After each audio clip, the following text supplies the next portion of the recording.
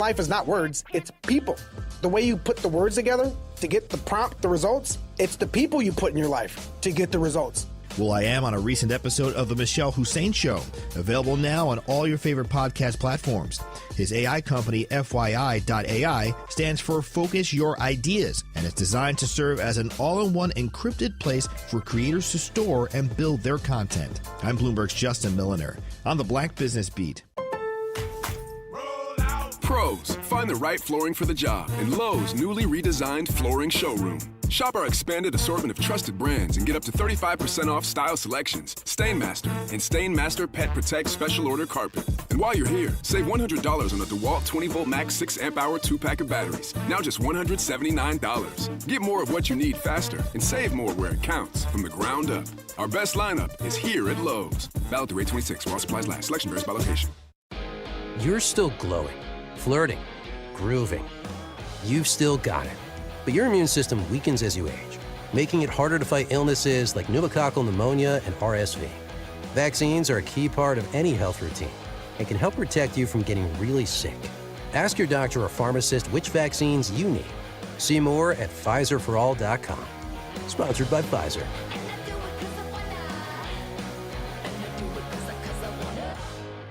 Milwaukee Black Talk lives here on 101.7 FM and 1510 AM, W269DL Milwaukee, and WGKB Waukesha, live from American Family Assurance Studios.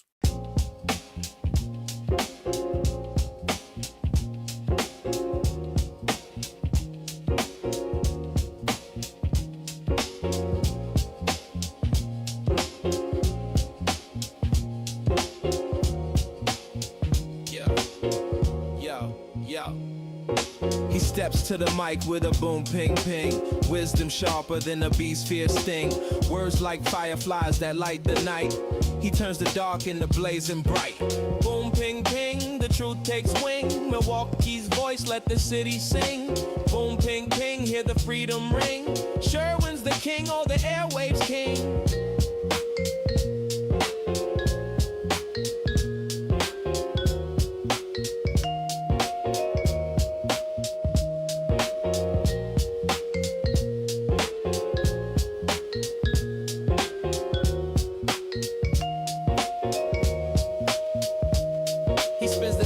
Shake the ground, unveils the truth where lies abound.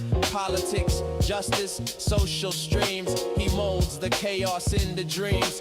No silence here, just the sound of change. Boom, ping, ping, rearrange. Boom, ping, ping, the truth takes wing. Milwaukee's voice, let the city sing.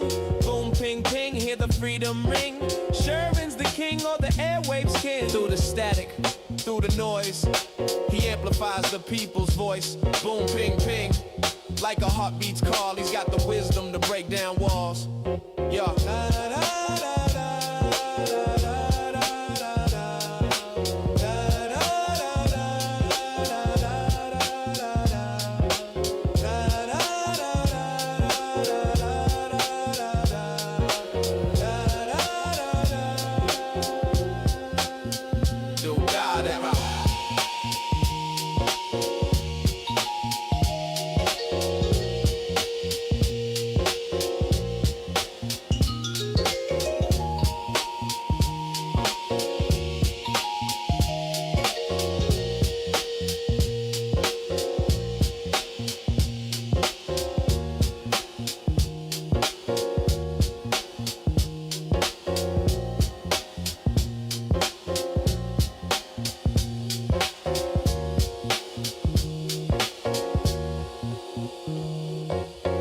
Good morning. Welcome to the program. Today is Wednesday, August 26th, 2026.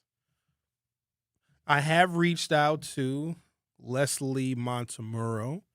She is one of the owners of the establishment that has been in question and on the minds of many over the past week or so. One of the proprietors of the Hi Hat Garage, which occupies the space on the northwest corner of Arlington and Brady Street at 1709 West Arlington. I would like for her to have an opportunity to tell her side of the story. And the reason why I reached out to her and not her partner, Scott, is because in the correspondences that I have seen both to and from anyone associated with ownership and management of the hi-hat, it has been Leslie's name. And so I reached out to her. I am not sure if I will hear back, but I wanted you all to know that I did reach out to her to get her perspective. I have my sentiments on the matter and how I feel about it, and the list that was provided. I don't believe that any of that is malicious, but I can understand and empathize how people could see that as being malicious, because it's a very sensitive subject when it comes to African Americans and culture and nightlife and entertainment. We oftentimes have to tiptoe. We are not often welcome. We try to have our own establishments, and we face plenty of those institutional and structural barriers, because the easy answer is, well, just open up your own place. Open up your own bar, your own restaurant, your own hip-hop nightclub. Ladies and gentlemen, I assure you it is not that easy. And of the maybe 1 or 2% of people that do have the credit and do have the capital and the business sense and the business savvy and the consultants and the attorneys and everything that you would need, it's a very small percentage of people that even have the ability to make that kind of investment. And when I say make that kind of investment in an endeavor like this, you got to be willing to lose money for 2 years or more. And people that have that kind of business sense and business savvy and have the ability to lose money for multiple years will likely take their investment and their ability to lose money and put it in a different business endeavor altogether. Because the ultimate plan for such businesses is exceptionally difficult for them to stay around long enough to remain profitable. And also catering to a culture that moves so very quickly. African-American culture moves so very quickly. Things that were in vogue and in style and in fashion 6 months ago are dead now. And it's very, very tough to keep your hand and your finger and your pulse on such a moving cultural target. There's a part of this conversation that is missing, but also I want to use it as interpreting the moment that we are in, because we should feel it all around. We should feel racial bias in our politics. We should feel racial bias in policies. We should feel the racial bias, not just coming from the Trump administration, but now it has fully filtered down. And I want us to feel these walls, not necessarily closing in on us, but the walls are very much defined.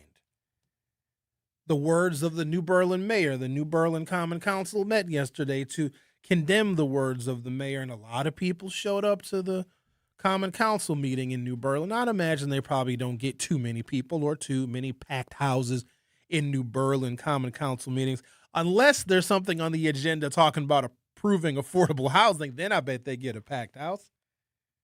But we should feel it all around. Black people believe that as time goes on and we get further and further away from those old black and white civil rights days and the Edmund Pettus bridges and the Martin Luther Kings. See, that stuff was in black and white. It was a long time ago. That does not reflect our current reality. But for some reason, we hold that as gospel, that, oh, that stuff was a long time ago. No, it's not. It's right here, right now, and it's reinventing itself. And sometimes it can be as minuscule as, we don't want these artists played. It can be as minuscule as, we're going to close this grocery store. We're going to close this Walgreens.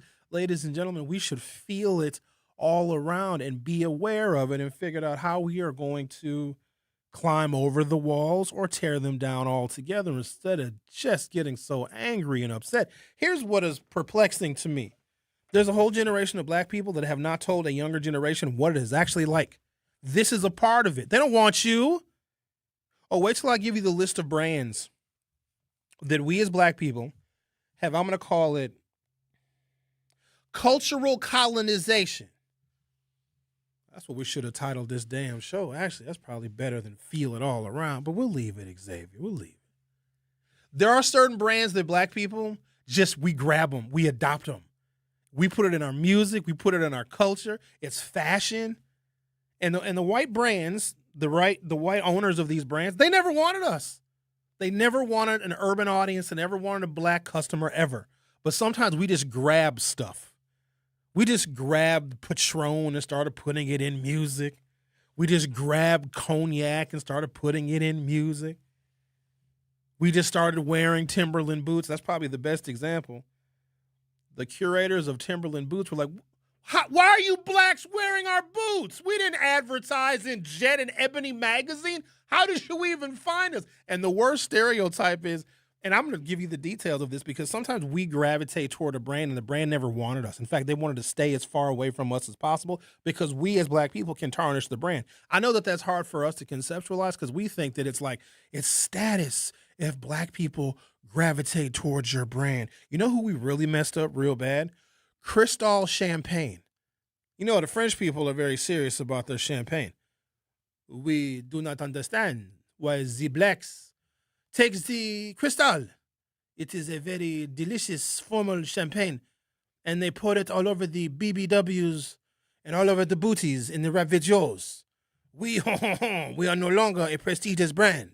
We're going to talk all about it, but I want you guys to notice it. These are not isolated incidents. These are representations of how some people feel about black people and black culture, and it's in our politics too. So we have to stop ignoring it and understand that it's reality. Let's talk to an early calling. Alan, what could this possibly be about? I haven't even really started the show yet. No, I just happened to come out. I was going to get my daily cone, and I got to go do some shopping. I'm just catching up to you. Another brand that they're doing that through, Rolls-Royce is one, Mercedes is one. What else should I do? Some of the French perfumes. They've lowered the standards of that stuff to where I had to call one of them over to France. I had to talk to one of them frogs about how I talked to my wife when she asked for a box. Just going to the jewelry store and having them repair something, and then they hand it back to you in a plastic bag rather than putting it in a solid box. And then when I called where we usually go, they said, of course, Mr. Beckman, we'll always give you a box. Society's just nasty, and the more you deal with this type of stuff, the more you realize that we're all in the same boat, man. Those people who don't want the music, it's like anything else. They just got these stereotypes. Everybody's not bad. Everybody's not good. That's all I want to tell you. I'm driving over here to Aldi's. That ought to be an adventure. Capital Aldi's nowadays is like that. And the Walmart over here is wild. You never know what you're going to run into. Maybe I'll give you a report tomorrow what goes down. Alan, before you go, is your relationship and your marriage to an African-American woman one of the reasons why you are now able to see the racial and cultural bias? Because prior to you being involved with her, I'd imagine you didn't have this kind of up close and personal view, because you've noticed and you've remarked on this program how your wife sometimes gets treated differently. Then you have to go in and let them know that you're Mr. Beckman. I have to. She does almost everywhere we go. The most racist people, I'm just going to tell you, are like white people who think they got money. And they got these, and the women are the worst. They're absolute blank. Alan, do you think you ever would have noticed this if you never would have married a black woman? I started noticing it when I walked away from my legal stuff and I started teaching. When I started to teach in the inner city, I realized at that point that there was something going on. There was a disconnect, and from the way the kids are and the way that they're portrayed, it really bothered me a lot. And that's when I started to prison is when I got out of that other nonsense. But I started telling my parents, hey, look, this is what I'm going to do, and I'm going to dedicate myself to working where they need me, not where I'm comfortable, not where I fit in, but where I could be. Now, the thing with her and I is, when we first met, she didn't know nothing about my background, really. Never met my parents or seen our home and all this. I'm assuming your parents weren't very accepting. Maybe your mother more so than your father? Oh, yeah, my dad was not accepting at all. That's putting it mildly. Come on, man. I didn't talk to the guy. Anybody else, I would have smoked them. But that's my dad, you know. I mean, what are you going to do? But she like, oh, Ellen, I'll wait outside where you go. You ain't waiting outside. You're my girlfriend. Are you insane? So when your girlfriend wanted to visit your parents' house, she offered to wait outside because of your father's attitude about black people? Yeah, she didn't know nothing about my dad yet at the time. She just didn't want to. She was not comfortable being around white people, I don't think. You know, she must have been a little bit comfortable. She married you, a little bit, a little comfortable. She didn't marry me right away. She didn't marry me right away. I don't know how I did that. That's one of the greatest accomplishment of my life is having her love. But me. Alan, I got to take a commercial break. But I just wanted to ask you those questions just to, get it brings it more to the fore now. I mean, everywhere we go, there's people. I mean, I think people get jealous because she can buy whatever she wants. But that's not my problem. I don't care about that. Why are you following her to a store? You know, I mean, she don't look. If you've seen her, she don't look like a thief, and I surely don't. Not that means you're not going to steal, but you know. Anyway, God bless you, man. Have a good day. I'm going to listen while I cook my dog food here. I got to get out. I'm over here by Capitol now. Okay. All right. Thank you for all the additional details that he gives when he calls in. So I received an email that was sent to staff of the garage from Leslie Montemoro. And the reason why I reached out to her to offer her an interview opportunity is because of the email. I don't even think I'm supposed to have this email. In fact, I know I'm not supposed to have it because it was more of an internal memo. Well, apparently the garage is going to close for a couple of weeks because there have been threats levied against management, ownership, and the employees because of the list of hip-hop artists that they did not want DJs to play. I want you to sit with that for a minute, okay? And for those of you that are now wanting to play the victim because this isn't fair, why are they picking on our culture and they're being mean to black people and they're being unfair to DJs and this is our music and this is our culture and people go to the garage and they have a good time. Because the owner of the business, which has a tremendous right to offer whatever it is they want, they can offer a menu of drinks or not. They can offer food, different types of cuisine or not. They can request that people that they pay and they hire to DJ, they can request that those DJs omit certain types of music. They have the right to do that. We're not complaining about what's on the menu. Not complaining about the decor. They have the right to change and alter anything that is in the plan of their business. And if you're a consumer and you like the changes, fair enough. You continue to go and you continue to support. But if you're a consumer and you don't like the changes, it could be the food, it could be the drink offerings, it could be the decor. You simply you'll go somewhere else. There's plenty of places to go in the city of Milwaukee. In fact, we are overwhelmed with new places and restaurants and bars. You name it, something else is opening up. But the fact that this proves the point, hip-hop music is wonderful and it's not violent. They have to close the bar because they are being threatened because the ownership opted not to play or didn't want certain music played. Why? Hold on. Why? Because the music is violent. And what are we doing? Threatening the people that own that establishment and threatening the employees. So it is a perfect self-fulfilling prophecy. And then you got some geniuses all over Instagram and all over social media saying, yeah, black people should boycott Brady Street. You idiot. That's the point. They want us to. They're using reverse psychology on black people, and we don't even see it. We're going to get into it today. I hope Leslie ain't listening today. She might not want to come, but I just want to let her know that I will be fair and I'll be objective. I'll allow her to tell her side of the story. And actually, her point is being proven. She didn't want certain hip-hop artists being played because of the violent lyrics. And when she put this list out or somebody approved the list, somebody came up with these artists one by one. Look what's happening. She's being threatened with violence. That's just, she's right, and y'all know it. I wouldn't want y'all either. The Truth with Sherwin Hughes on 101.7 FM. We'll be right back. The Truth with Sherwin Hughes returns after this on 101.7 The Truth app, and 1017thetruth.com. For 250 years, our armed forces have bravely served America. Wounded Warrior Project honors that legacy by supporting post-9/11 service members and veterans like Anthony, a Marine who was injured by a roadside bomb in Afghanistan.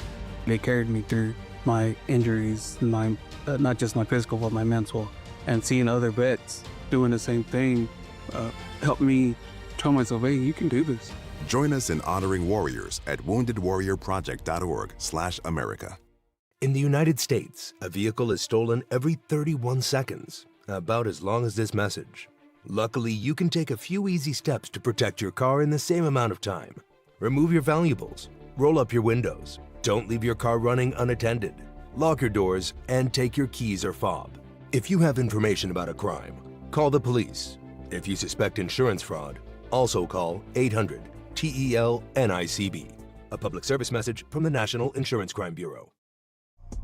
You are listening to The Truth with Sherwin Hughes on 1017 The Truth app, and 1017thetruth.com.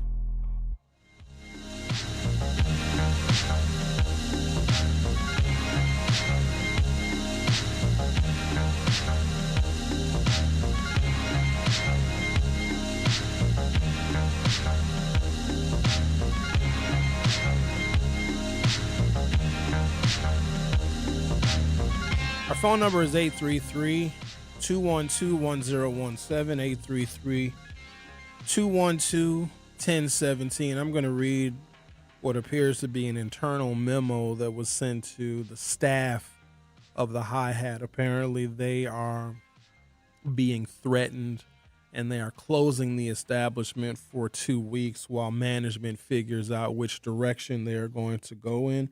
Maybe they never reopen. Maybe they do a rebranding. But I think it is a colossal embarrassment for the people that had a legitimate case that said, you know what, this is discriminatory. This is not fair. There's a place in which African Americans felt comfortable, and we were supportive of that establishment, and we were spending money. And they're singling us out because of the music that some of us may like and may want to hear while we're out spending money and supporting this establishment. But then when management decides that they want to go in another direction, it's not like they banned hip hop altogether. They just didn't want a particular list of artists being played. In response to that, people are now threatening the management and the employees of the bar.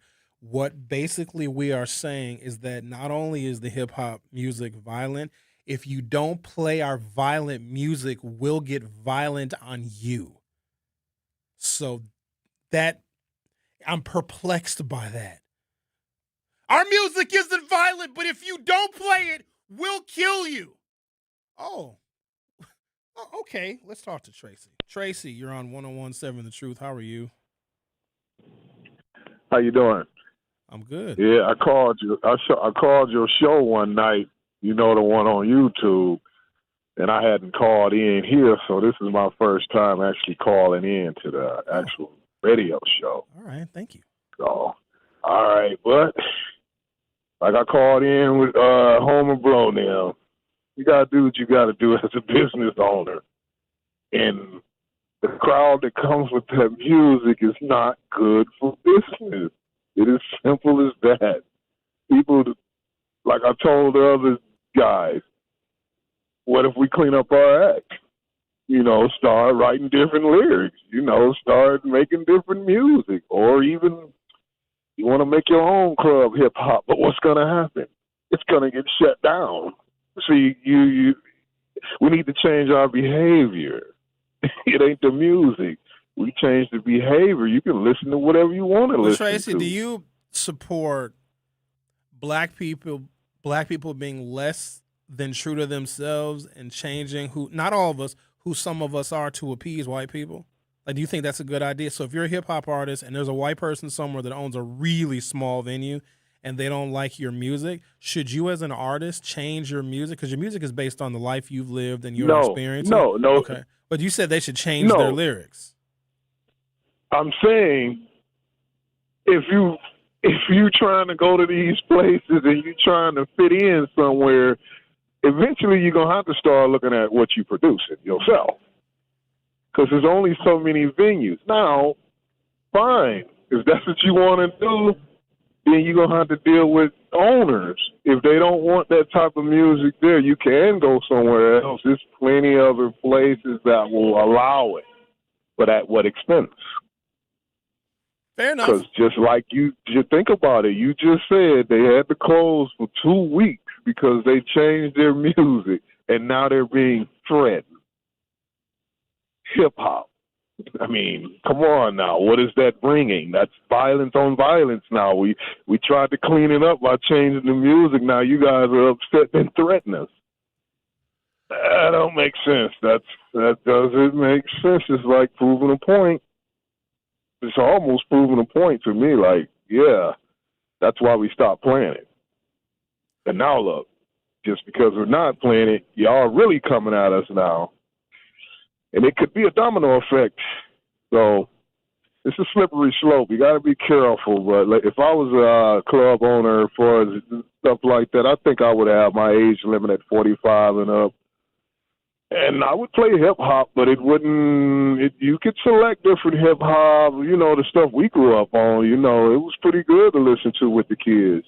Back in my Eric D. and Rakim days and Kool Moe Dee and Houdini and LL Cool J, there's plenty of hip-hop out here that's pretty good that can compete with the stuff out here today. No one is leaving their house and paying money to buy drinks to hear that music. But I get it. I understand. Right, because exactly. We're always nostalgic about the past. Like, back in our day, we were less. That's like you could have a bar that plays 1950s and 60s oldies music. You wouldn't have to worry about problems there either. But I get the point, and I appreciate your call, Tracy. Thank you for calling. Have a good one. All right, then. You too. Okay, then. So to level set, Brady Street has always been very sensitive about crime. Always. So prior to us discovering it culturally, so the Brady Street neighborhood was a dump. It was low income. It was poor. It was overrun with drugs. It was a countercultural neighborhood, kind of just like this wasteland, this dumping ground for the unaffiliated and disconnected. It has always kind of occupied that space. It was where all the hippies hung out. Of course, they're doing all their drugs, and then harder drugs came in. A lot of folks may not know this, but they ended the Brady Street Festival. This is before we were even going to it. We had not yet discovered Brady Street because we still had cultural attractions in the African-American community. We could give a damn about Brady Street. But I don't know if you guys know this, the Brady Street Festival closed for more than 20 years because of the violence that was taking place in and around Brady Street, and there was no black people down there whatsoever. They closed it. They ended the Brady Street Festival because it used to take place maybe starting in the late 60s because it was always a hotbed neighborhood for the counterculture. I think they may have started the Brady Street Festival late 60s, early 1970s. It got so bad that they ended in 1980. Like, we can't have it anymore because there's too much chaos and violence and drug use, et cetera, et cetera. They didn't start it back up again until 2004, and that had nothing to do with us. So you also have to put this in a context here. That neighborhood, which has undergone a tremendous overhaul, lots of investment. Look at all the bars and all the different restaurants. That stuff didn't used to be there. Brady Street used to be an old Italian neighborhood. Then when the Italians moved out and the hippies and the downtrodden whites, when they moved in, the neighborhood went to crap. And the city of Milwaukee was like, no, we're going to invest a whole bunch of money. We're going to put some city dollars in. We're going to have a business improvement district, and we're going to try and rid this neighborhood, which does have some value. We're going to rid it of these negative elements, and we're going to bring Brady Street back. And they did. But now it's going through that cycle again where they don't want undesirable people. We just happen to be the undesirable people. Because if you look at what has taken place on Brady Street, not just this summer, but even previous summers, they've seen this before, and they don't want to have to cancel the Brady Street Festival like they did for 24 years from 1980 to 2004. They don't want to do that. So if you have to alter your offerings and change your music so that the Brady Street does not become a relic of the past, and that's exactly what they're going to do. So I don't want people to just think it's just black people. Brady Street has had issues going back 40 years. So just an FYI. Now, back to this internal memo, which does not bode well nor help plead the case that black people just are innocent and we just want a fun place to hang out. You know what? Sometimes when you are at the whims of an establishment owned by white people, sometimes white people change their mind altogether. They do. That is the risk that you run when an establishment doesn't have a deep cultural understanding of some of their customers, and you almost can't blame them for that. Sometimes white folks change their mind. Just they'll wake up on a Wednesday and say, you know what? We don't want to cater to black people anymore. They'll just, sometimes you go to work the next day and everything's fine. Oh, you're fired. Sorry. We don't want you here anymore. They don't have to give you an excuse or an explanation, but here's the internal memo. It says, to all staff, we understand that due to recent events, you do not feel safe or comfortable coming back to work at this time. We completely understand, and we are on the path to contacting everyone today, meaning all of their staff. We will be closed for the next 2 weeks while making decisions about the business going forward. You will be compensated for the next 2 weeks based on your average current rate for the last 2 pay periods. We will be making a compensation for tipped employees, and I give some details of how they're going to do the tipping and how they're going to pay people. And then it says at the very end, this is from Leslie and Scott Montemoro, who are the proprietors of the Hi-Hat Garage, which is the establishment in question where we found out there was 40 or so hip-hop artists that they no longer wanted to play. They are closing for 2 weeks because it seems that people are being threatened. That's insane, y'all. That's insane. If they made it clear that they don't want some artists played, like chalk it up to the game. Okay, you don't threaten the people because now there might be somebody that had a level of sympathy for our community and our culture and our hip-hop artists and say, you know what, maybe I'll start a hip-hop club if the hi-hat is being unfair and not playing these hip-hop artists. Now there's somebody thinking, you know what, maybe I'll take the risk and I'll make the investment and I'll start a club where all hip-hop is welcome. But then when this memo gets made public, that if you were not, it's like holding them hostage. They got to close for 2 weeks because people don't feel safe coming back to work. And ask yourself this question. The staff that work there, the bartenders and the servers and the hosts and the hostesses, what the hell did they do to anybody? Nothing. At the same time, we don't want the world to think that we're savages and think that we're violent, but you got a place that has to shut down for 2 weeks because they got to figure out what the hell they're going to do, and staff doesn't feel comfortable coming back to work. Come on, we're proving their point. It ends by saying, please take care of yourself. We will be in touch soon. Feel free to reach out to me directly. And then they give a phone number and an email address. But in the version of this internal memo that I have, the phone number and the email are scratched out. You can almost make out a couple of the numbers because if I would have got the phone number, I'd have called her. I said, hey, Leslie, you want to come tell your story on The Truth with Sherwin Hughes? But I can make out a 4, 1, a 4. And I can make out I see a 7. I see a 7 and I see 2 4s. I could just start dialing and hope that I get her, but I don't want to do all that. I'm going to take a break, come back, talk to Brian on the other side.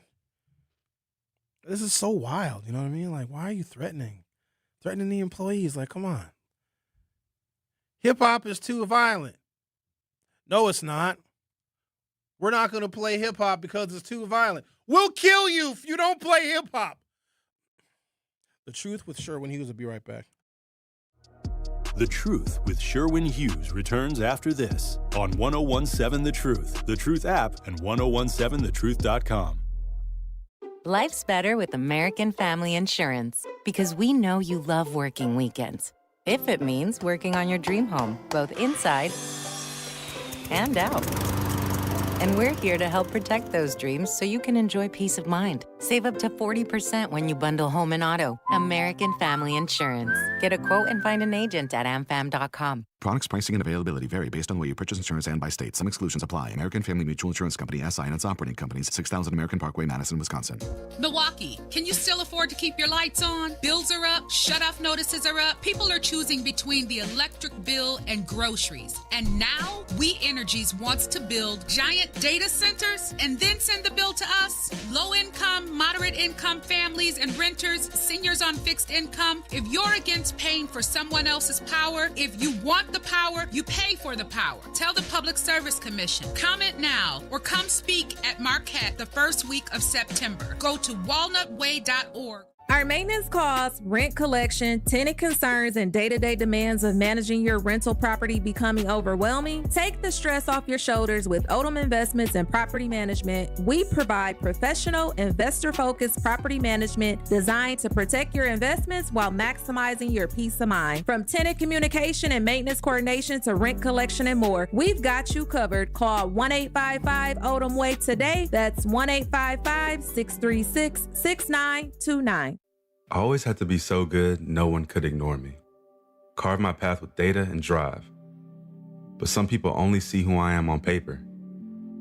The paper ceiling, the limitations from degree screens to stereotypes that are holding back over 70 million stars. Workers skilled through alternative routes, rather than a bachelor's degree. It's time for skills to speak for themselves. Find resources for breaking through barriers at tearthepaperceiling.org. Brought to you by Opportunity at Work and the Ad Council.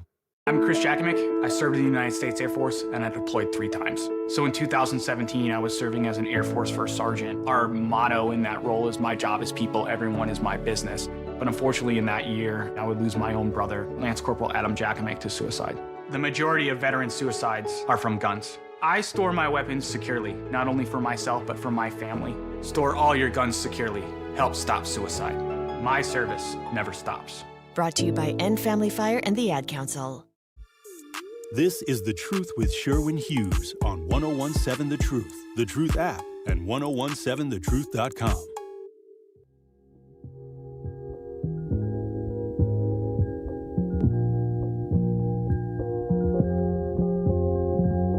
Our phone number is 833-212-1017, 833-212-1017. Well, congratulations, guys. You did it.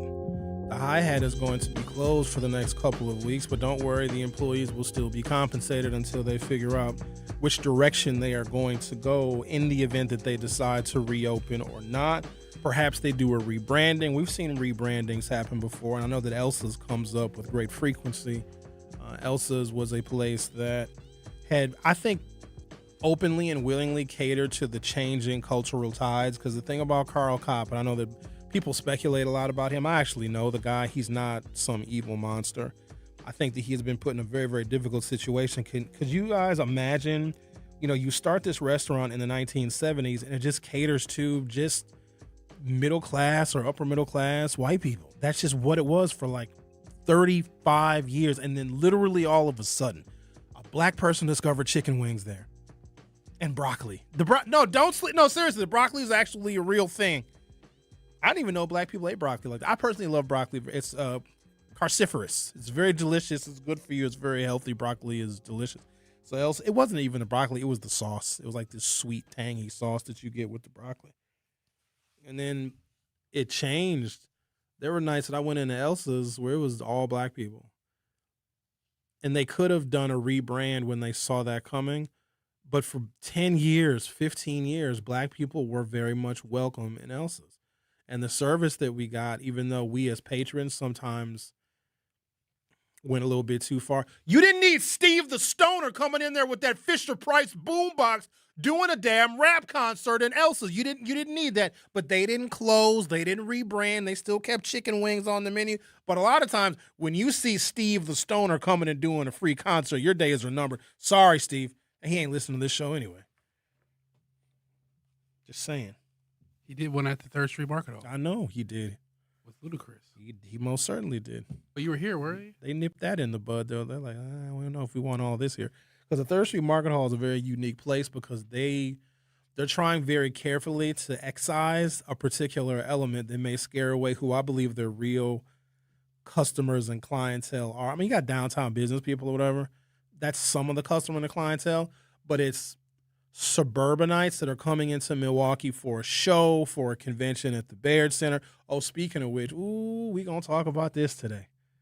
We're going to be talking about the situation at the Hi-Hat because I think there's a lot to unpack here about black people and our culture and how our culture is perceived by us and then how it's perceived by other people. We don't have a lot of self-awareness as black people. We think because we love something and it's us and it's authentically us that everybody else is going to love it. That's not true. What happens is black people have an art and have a culture that we so desperately want to be accepted by white people, and it's not.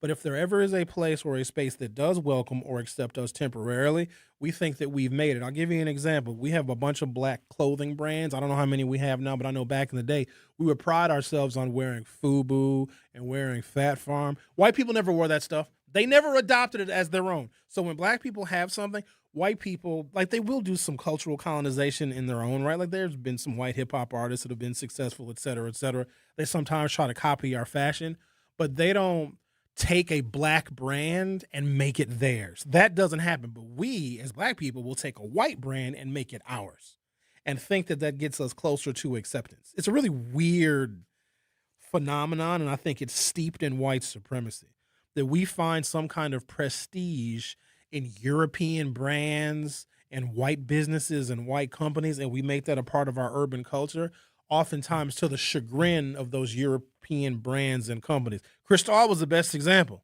Jay-Z decided he liked Cristal because it was expensive. And here's the thing, it doesn't even taste good. It's not even good champagne. Really, no champagne is good. It just tastes like seltzer. You know, I'm just not crazy about, I don't like champagne. Anyway, let's talk to Brian. Hi, Brian. How are you doing today? Oh, pretty good. I think that most restaurants would get away with playing old school hip hop, and the patrons wouldn't even know the difference. Well, Brian, here's the thing, because you're the second person that's brought that up. Nobody wants to hear old school hip hop, because if they did, there'd be people and places playing it all the time. Nobody wants to hear it. Nobody's going to go out and spend money to listen to old school hip hop, because the people that are from that era, Brian, we're not going out and paying $30 a drink. We're not paying a cover charge. We're not standing in line in the wintertime. We're not doing any of that. So just, I want to level set just to make people think that what we had some time ago is not relevant right now. We're always nostalgic about the past. Like, oh, if you play hip hop from our day, nobody wants to hear it. Well, I don't think playing new school hip hop music is viable for a white establishment to be bringing in violent people to the restaurants, because all they're going to do is start fights with that violent type of rap that they have out now. So they can either do one or two things: bring in the violent rap, which is going to cause problems in the restaurant to start with, or let there be old school rap and have no customers. Because Brian, if you found out they were playing old school rap at the garage, would you rearrange your social calendar to go there and patronize? Absolutely not. And you know that you wouldn't. But here's the thing about playing modern hip hop music. You can rip people. Brian, I'm explaining something to you. Here's the difference with playing that old school music, because we would just listen to the damn music at home and get a bottle of wine and watch TV and listen to that music if we wanted to. We're not going out to listen to it. We can listen to it in our damn cars. Younger audiences that want to hear modern hip hop, you can rip them off. Now, you got to invest a little bit of money in security. You got to have some cameras. You got to have some few extra bouncers. But you can charge us $30 for a sniff or a cognac. You can charge us $15 or $20 as a cover charge. You can make a tremendous amount of money on us. That's the difference. We, us old heads, we're not paying that kind of money to listen to music that we grew up listening to. But these younger people will. And so it is financially viable until it isn't. So you might have a shelf life of maybe, 18 months or 2 years if you're playing modern hip hop, but you're going to make $4 million. That's the difference. Customers as well. All right, Brian, thank you for your call. I didn't really mean to burst this bubble. We got to stop thinking, well, if they play old school, nobody wants to go out and hear that. If I found out there was a place that played music from our era, I'd be like, oh, I'll check it out one night, one time, just to see what it's about. I wouldn't be a regular customer because I don't need to necessarily go out and hear my music, because it's my music that I have been listening to since I had ears. I'm not going to pay you to play what I can listen to on Spotify. I'm not going to pay you to listen to what I actually can play on my own damn radio show. what I can listen to in my car. Now it's about hanging out and other people are there and it's a whole social environment. People in our age group, we don't really socialize like that anymore. That's an era gone by. I just find it interesting that people in our age and older, if you play old school music, and then I'd ask that person, yeah, would you go to an establishment that play? Oh, no, I wouldn't go, but the kids would like it. No, they wouldn't. They hate our music. They laugh at it. And when you compare like modern hip hop or even Milwaukee-based hip hop to what we used to listen to, it sounds like it's not even in the same genre. It's from a different century. It's like telling everybody in this modern era of 2026, it's like telling everybody to buy a car from the 70s. But see, back in our day, the cars were made out of metal, see? They didn't have all these fancy gadgets and all these computers and all this GPS. Yeah, see? Get a car dealership where there's no car newer than 1986. This is the way the God intended it, you see? Are you insane? That's exactly what we sound like. And we're also trying to figure out a solution for a bar and a restaurant that already has their solution figured out. They don't want a certain element. They made it clear. So what are we trying to do? Trying to accommodate them by saying, well, what if we played softer, gentler hip hop? You know, the kind of hip hop where we used to break dance. You guys remember break dance battles? That was as violent as it got. Hey, you over there. I don't like you.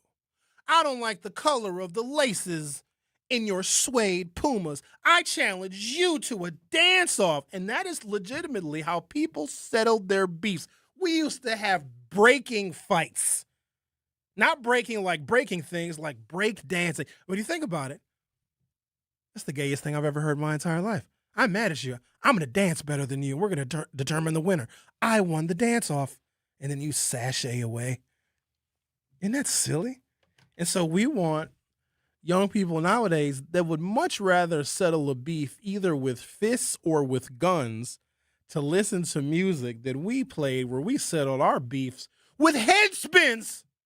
Watch my back spin. I can do more rotations on my back than you. I just won the battle. That's crazy. Let's go back to the Reagan era. Sherwin, what's wrong? I'm very angry with DJ Granite Rock over there. I don't like him. Oh, you don't? Let's challenge him to a dance-off. I'll get my crew. Got a whole bunch of guys wearing Adidas sweatsuits behind me. We got our arms folded. Yeah, we're the best dancers on the block. Somebody brings out a piece of cardboard because, you know, you got to break dance on a piece of cardboard. This is insane. All right, we'll take a break, come back. Let's talk about some brands that we as black people have adopted, but the brands never wanted us. You know how you can tell if a brand wants your patronage? Look at where they spend money to advertise. Do you think that the Hi-Hat Garage, and I'm very much in tune with what businesses, companies, and corporations advertise in black media, because that shows real support for us and our culture, and it shows support for the dissemination of information into the black community.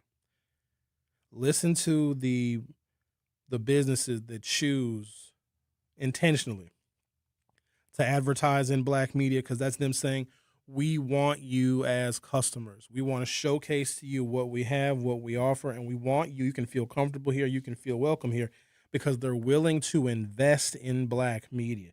Do you think the Garage has ever taken out an ad schedule here or anywhere else where there's black media? Do you think they advertise on V100? You think they advertise on 98.3? They absolutely do not. Now, that doesn't mean that they don't appreciate African-American business. It's just they aren't intentional with it.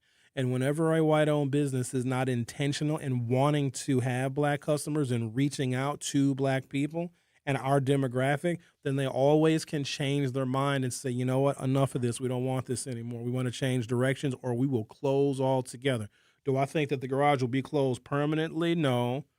But if they reopen, I bet you they ain't going to have lemon drops on the menu no more. Take a break, come back, continue our casual conversation here on The Truth with Sherwin Hughes, exclusively on 101.7 FM. Don't go anywhere. I'll be right back. The Truth with Sherwin Hughes returns after this on 1017 The Truth app, and 1017thetruth.com.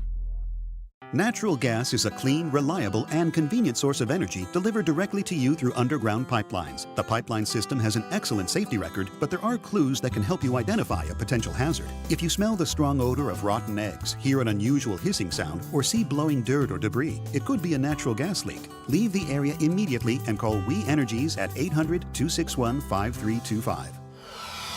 We Energies. People you can trust. Energy you can depend on.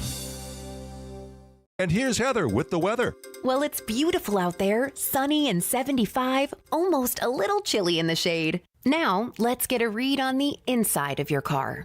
It is hot. You've only been parked a short time and it's already 99 degrees in there. Let's not leave children in the back seat while running errands. It only takes a few minutes for their body temperatures to rise, and that could be fatal. Cars get hot, fast, and can be deadly. Never leave a child in a car. A message from NHTSA and the Ad Council. Babes, what are you doing? What? I'm just mowing the lawn. No, it's blazing hot and dry out here.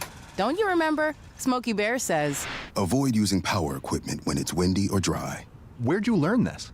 Oh, it's on SmokeyBear.com with many other wildfire prevention tips. Right. Thanks, honey bear. 'Cause remember, only you can prevent wildfires. Brought to you by the USDA Forest Service, your state forester, and the Ad Council. You are listening to The Truth with Sherwin Hughes on 1017 The Truth app, and 1017thetruth.com. Party people, can yo get funky? Suicide folks, can yo get funky? The Zulu Nation, can yo get funky? Yeah, just hit me. Just taste the funk and hit me. Just get on down and hit me. That partner's getting so funky now, hit me. But we're not going out to listen to Planet Rock. I would. I'm sure you would. I mean, because it's retro. But eventually, a DJ, if you want to maintain a crowd and if you want spenders, so people that are close to retirement like I am, or we can see retirement, I'm not spending $200 at the bar like that no more. That's going into 401k. Let's say I got extra $200 laying around. Back in the day, I'm going to get in the bottle. We kicking it tonight. Drinks on me.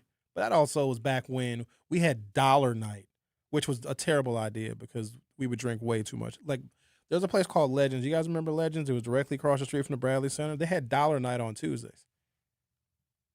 You know how many of us had to go home because we couldn't even, we go to Tuesday dollar night at Legend. I had to go home because anything you could ask for, call drinks for $1. You get a glass of cognac and it was $1. That's stupid. You spend $7 and you're damn near in the hospital. So if I had money, a little extra $200 back then, oh man, let's go get some drinks. Now if I have $200, I only have $50 because $150 is going into my S&P 500 ETF and my 401k. So I think to myself, well, what can I do with this $50? I'll probably go and buy a small cart full of groceries and have food for a little while instead of going out to eat all the time. But what I'm saying is the disposable income that I have would not be allocated to, oh, they're going to play Planet Rock at the hi-hat tonight. Nope. I'll let you guys go and then let you post about it on social media, and I'll live vicariously through you. So for those people that are thinking like, oh, well, if they just change the music and change the hip-hop, when you do that, you change the clientele. You change the clientele that does not spend money on that kind of entertainment anymore. If you want young people who are stupid with their money, there's some young people, they'll spend, I say young, even though some of them are probably my age. I hope that they're not my age because you need to be somewhat financially stable, that are paying $1,500, $1,700, and $2,000 for a damn booth to just stand there. I look at that with just complete disbelief, and no shade to the places that offer that kind of service. But 10 years from now, you're going to look at all the money you don't have. And so changing the music will change the clientele, but you'll change the clientele that does not appreciate that kind of entertainment. I ain't got to go to the damn garage. I got garage at home. Literally, I have a garage at home. Speaking of which, I probably should clean my garage out. So instead of going to the garage, you know what I would probably do? I'd go and clean my garage out. And that would be my Saturday evening activity. We should not have to, but let me also defend our people, our culture, and our community for a second. You should not have to change your habits. You should not have to change your music and DJs. If that's what your set list is, and your set list, it might be legendary, and you have those artists that are banned at the garage, then you don't want to DJ there anymore because they are telling you that they don't appreciate your mastery of the craft of hip-hop music. They don't appreciate your ability to bring a crowd. Now, you have your own little market because DJs, I know in this city, and there are many, they have their own little niches. If somebody hears that XYZ DJ is going to be playing at this location, a crowd will actually follow them. You guys have built your followings. Take your following somewhere else. Even if we got to go back to what was really fun, house parties. That's where it's coming back to. Everything else is going retro. Why don't we do house parties anymore? I used to love house parties, especially when it was hot and it was sweaty and you would just be sweating on each other. And I got to take off my shirt. And now I got to grind real slowly at the house party. And it's very dimly lit. All you had is one red light bulb. That's all you needed. And then there's people in the corner humping. Maybe they're dry humping. Maybe they're wet humping. I don't know what they're doing, but they're in the corner. And you got people that are dancing. And you got people over here getting some drinks. And they're having a good time. And ain't nobody bothering you because you're in the basement of somebody's house. Bring the house party back. Bring the DJ, and you charge $7, and you give them a red Solo cup. And you got some. Do people still make WAP? Xavier, you know what WAP is? Wapatui, where you make put a whole bunch of stuff in a bathtub or in a big bin, and you put in the gin and in the vodka, and you put in the fruit punch and the Kool-Aid and all of the fruit. Y'all drink the WAPs? Party juice, yes. Oh, you call it party juice? Yes. Okay, we call it something different. Okay, that's fair enough. That's more like a freshman in college type of thing, though. Is it? Yes. Well, I had a lot of fun. Sometimes they just make it in the bathtub and you just get your red Solo cup and you dip it in. Probably not the best idea, but you guys get where I'm coming from. Maybe we just need to go back to that. Having house parties where DJs can be DJs. You are listening to The Truth with Sherwin Hughes exclusively on 101.7 FM. Don't go anywhere. I'll be back for hour 2. The Truth with Sherwin Hughes returns after this on 101.7 The Truth app, and 1017thetruth.com. At UW Credit Union, our home loans have everything you need for your next big step, including up to $750 off closing costs for all home buyers. And first-time buyers can save even more. So if you're ready to trade roomies for more room, or your townhome for an out-of-town home, UW Credit Union will be with you from start to furnished. UW Credit Union. Apply online today. Equal housing lender. Credit may be limited as required by program. Visit uwcu.org for details. Milwaukee Public School families, the first day of school is Tuesday, September 1st, and there's still time to enroll. MPS offers programs to fit every learner, including bilingual, Montessori, special education, and more. All MPS students receive free breakfast and lunch. Enroll today at milwaukeepublicsschools.org/enrollment. Or visit MPS Student Services at 5225 West Vliet Street, Monday through Friday from 8 a.m. to 4 p.m. Thank you for choosing MPS. At Versity on King, we believe taking care of our community starts right here, together. Every day, neighbors step up to donate blood, helping save lives in Milwaukee and beyond. But Versity on King is more than a donor center. It's a place for health education, community connection, and support, especially for families facing conditions like sickle cell disease. When you donate blood, you're not just giving, you're showing up for your community.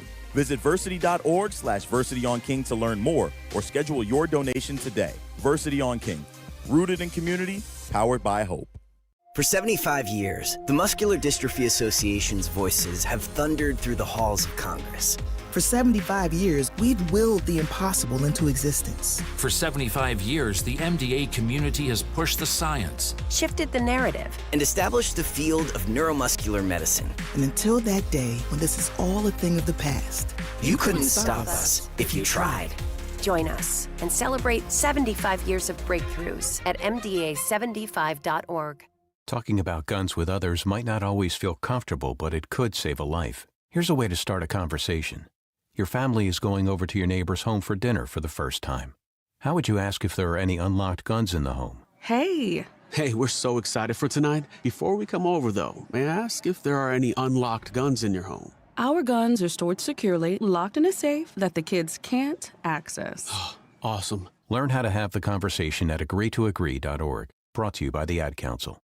Milwaukee Black Talk lives here on 101.7 FM and 1510 AM, W269DL Milwaukee, and WGKB Waukesha, live from American Family Assurance Studios. You are listening to The Truth with Sherwin Hughes on 101.7 The Truth app, and 101.7thetruth.com.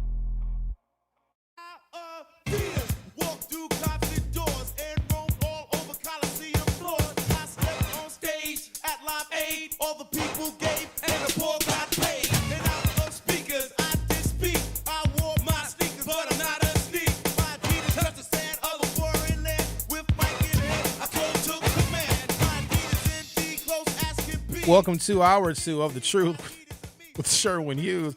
Adidas didn't ask for this song, by the way. They didn't. But what happened? The shell toes became a cultural icon. You can even still rock a pair of shell toes right now in the year 2026. Shell toe Adidas, suede Pumas with fat laces, all of the things. Those brands never asked for our participation. Now, some brands were much more accommodating and very happy that they found organically a new market. Because, black people are trendsetters. But what I don't like when we set our trends is that we'll take a benign white brand or a European brand and then we'll buy it, put it in our music, and now all of a sudden it's top fashion. I don't like when we do that because we also expect to get some kind of compensation for that. Like, oh, nobody was drinking this before we put it in our music. You owe us royalties. And the company's like, screw you, Blackie. You're the one that got drunk off of Cristal and decided you want to put it in your music. Ain't got nothing to do with us. But Adidas is a damn German athletic wear brand. In fact, we're saying it wrong. The Germans say Adidas. That's how they say it. It's German. Most folks probably didn't even know that. Some of y'all probably thought Run DMC invented Adidas. They did not. Let's talk to D. Hello, D. You're on 101.7 The Truth. How are you? I'm good. How you doing, Sherman? I'm doing good. I've been driving Uber on the weekends for the last 2 summers. So I'm downtown from 8 to 3 a.m. every weekend. Unless people frequent down there on Brady Street, they really shouldn't have an opinion about what they're trying to do down there to keep their businesses operating. Because it's a mess, let me tell you. What do you mean when you say it's a mess? Describe the mess for our listening audience. What kind of mess do you see, D? Well, a lot of the people, they're not even going in bars. They're hanging out on the street. So maybe this bar is seeing that they just have people hanging out in front of the bar. A lot of people are underage, which seems that should be a big problem. They should be giving out wristbands or something to keep underage kids from hanging out down there. There's people fighting. There's shootings on the regular. It's not just there. Like at State Fair, it just happened. I drove by there Sunday night. Without even hearing that something happened, I could already tell that something happened just by the people standing in the street. So, there's a serious problem in this city, and I think a lot of people are not seeing what's going on. But, I will say that this summer looks a little better than last summer when everyone was down on Water Street. That was chaos down there when they had to bring out the horses almost every weekend. And you're saying they're not doing that anymore on Water Street? They're not bringing out the horses anymore? No, because most of the people went to Brady now. Oh, okay. And it's a much smaller crowd now. Gotcha. It was almost all underage kids down there on Water Street last year. Okay. Maybe because they took away the food trucks. Yeah. I'll be right in the middle of it. It didn't make any sense. Seriously. All right. So let me say one more thing. Okay. Yeah, they have to do something to clean up what's going on down there, because I heard that there's bars talking about not renewing their licenses. You understand? So unless people are down there and they see what's going on, like, who is complaining about this? Are these actually people who are going out? Or is this somebody trying to be an activist and they think that this isn't racism, this is people trying to save their establishments? You make a good point. Sorry to say it. No, don't apologize. All right. Thank you for your call. All right. Ladies and gentlemen, does that deserve more of a critical analysis? If you don't want a certain element, and you know exactly what I'm talking about when I talk about that element, you have it pictured in your mind. And if you don't want that particular element, like a subculture, like a sub-genre of African Americans, you know who I'm talking about. The ones that they don't care about somebody else's property. They don't care about their behavior. They will fight anywhere. They'll fight in front of the police. They don't care, okay? Now, that is not all African Americans. We know that. In fact, everybody knows that's not all of us, but that element does exist. If you don't want that element and you make some changes, because you can do like a cultural analysis of what that element gravitates toward. Maybe it's certain types of food. Maybe it's a particular kind of music. I'll let you do your own analysis, but you can figure out what attracts this element that, quite honestly, is dangerous, and it drives away paying customers. Because a lot of you all are not going to go to a place. Some of y'all won't even go to a particular part of town because that element exists, or that element may show up at any point in time. And think about the businesses that are located in said part of town that are absolutely losing revenue because of this element. I want you to really focus on what this element is, and you don't want them around either, okay? You don't want to hang out with them. You don't want to see them coming because they're problematic.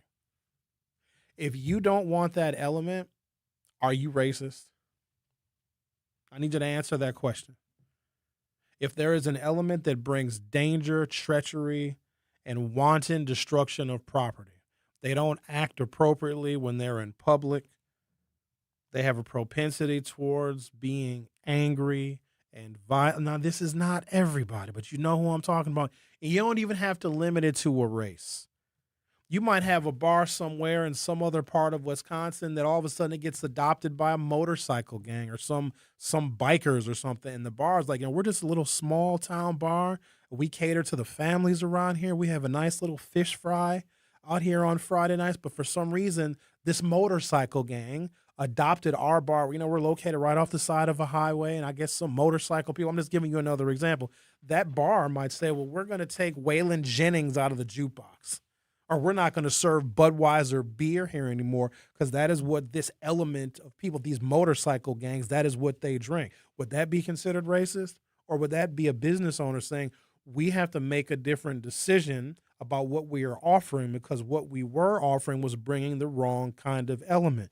We have to start looking at things through a different lens. If there is a particular element that we know is problematic and troublesome, and we talk about that element all the time because we're trying to figure out what the hell to do with them. Where should they go? Is their education lacking? Like, what do we offer them job training? Do we tell them to get into the trades? We don't know what to do with them. Businesses don't know what to do with them either, besides excise them. So we know exactly what this is about, but we have to stop calling it racism when a destructive element takes over a space, because that's what they do. They colonize a space. And they make other people feel unsafe. Now, again, this is not all people. This is a small subset of people, but we all know this. It only takes one. You can have a wonderful festival where everybody gets together and has a good time and is diverse and people are getting along and they're meeting each other, because we need places and spaces like that in Milwaukee, because for too long we've all lived in our separate spheres. And when you live in your separate sphere, then generalizations and stereotypes become the rule of the day. But when we have places where everybody can feel comfortable, hanging out, and maybe the music is very diverse and the people are diverse. You've got Muslims. You know you've done a good job when the Muslims come out. You've got Asians. God bless the Asians. They come on out too, and you have this incredible space where it's very diverse. And then one idiot brings a gun and shoots their gun. Maybe they don't hurt anybody. Maybe they kill somebody, and that's it. It's over. That one person is who you have to watch out for. So if you're a business owner, you got to be concerned about a couple of things. Obviously, the market. What is the economy doing? Do people even have money for your product? You got to be concerned about that. You also have to be concerned about risk. Certain people bring a risk to your business, to your license.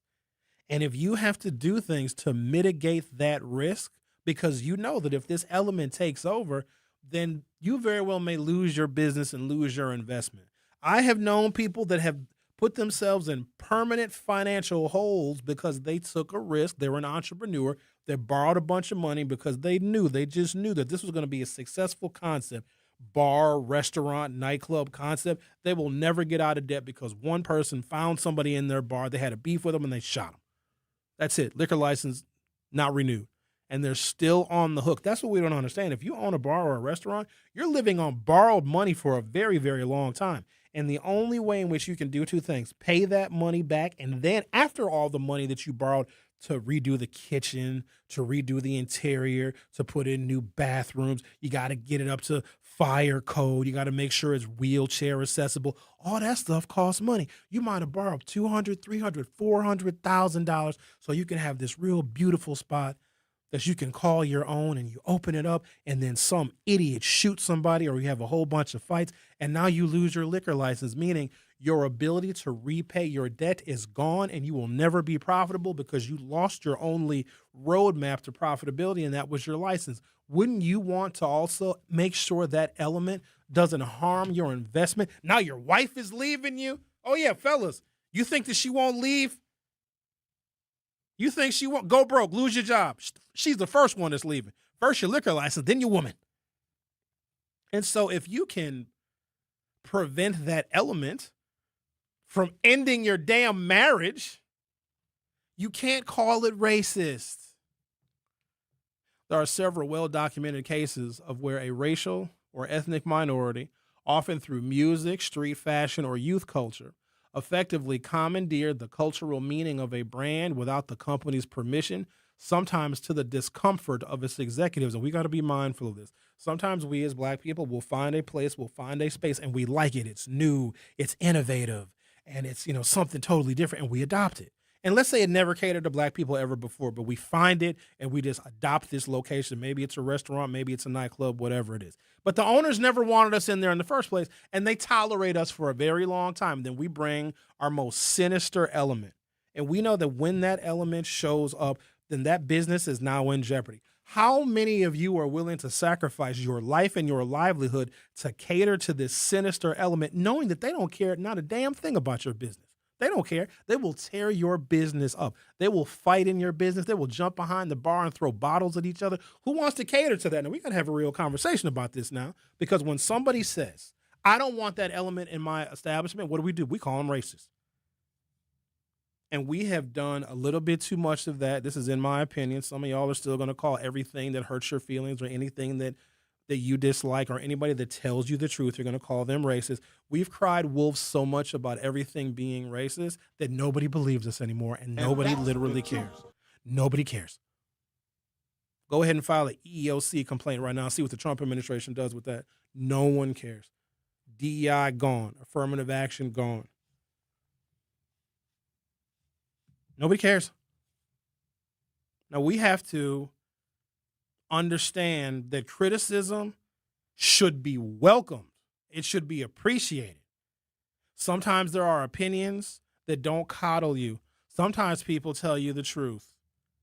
And you got to accept that for what it is instead of trying to shame the person that is being honest with you. Hey, we don't want to cater to this element. We don't want them here because we've seen what they have done. They have left a proverbial trail of tears of all of the places they've gone to, and they've closed this business. They destroyed this business. There was a shooting here. There was a fight here. Who in the hell wants to cater to that? And shout out to the people that do. But even they know they got a shelf life. They know they're on borrowed time before somebody gets shot. That is the city in which we live in. And eventually, people are going to stop offering entertainment to our community. They're just going to stop.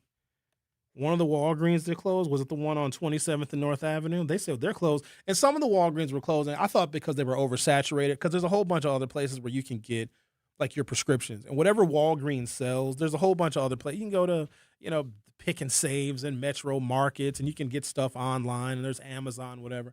That Walgreens that closed, it was on 27th and North. I don't know if it's closed yet, but they made their announcement that they were closing. They said, our employees don't feel safe coming to work. Can you blame them? How many of you who love your families depend on you for the money that you make and your income, meaning your family wouldn't survive without you? How many of you would be okay going to a place to work every single day? And you remember, you need that job now. You got to pay the rent. You got to pay the mortgage. You got to pay the bills. You got to feed your children.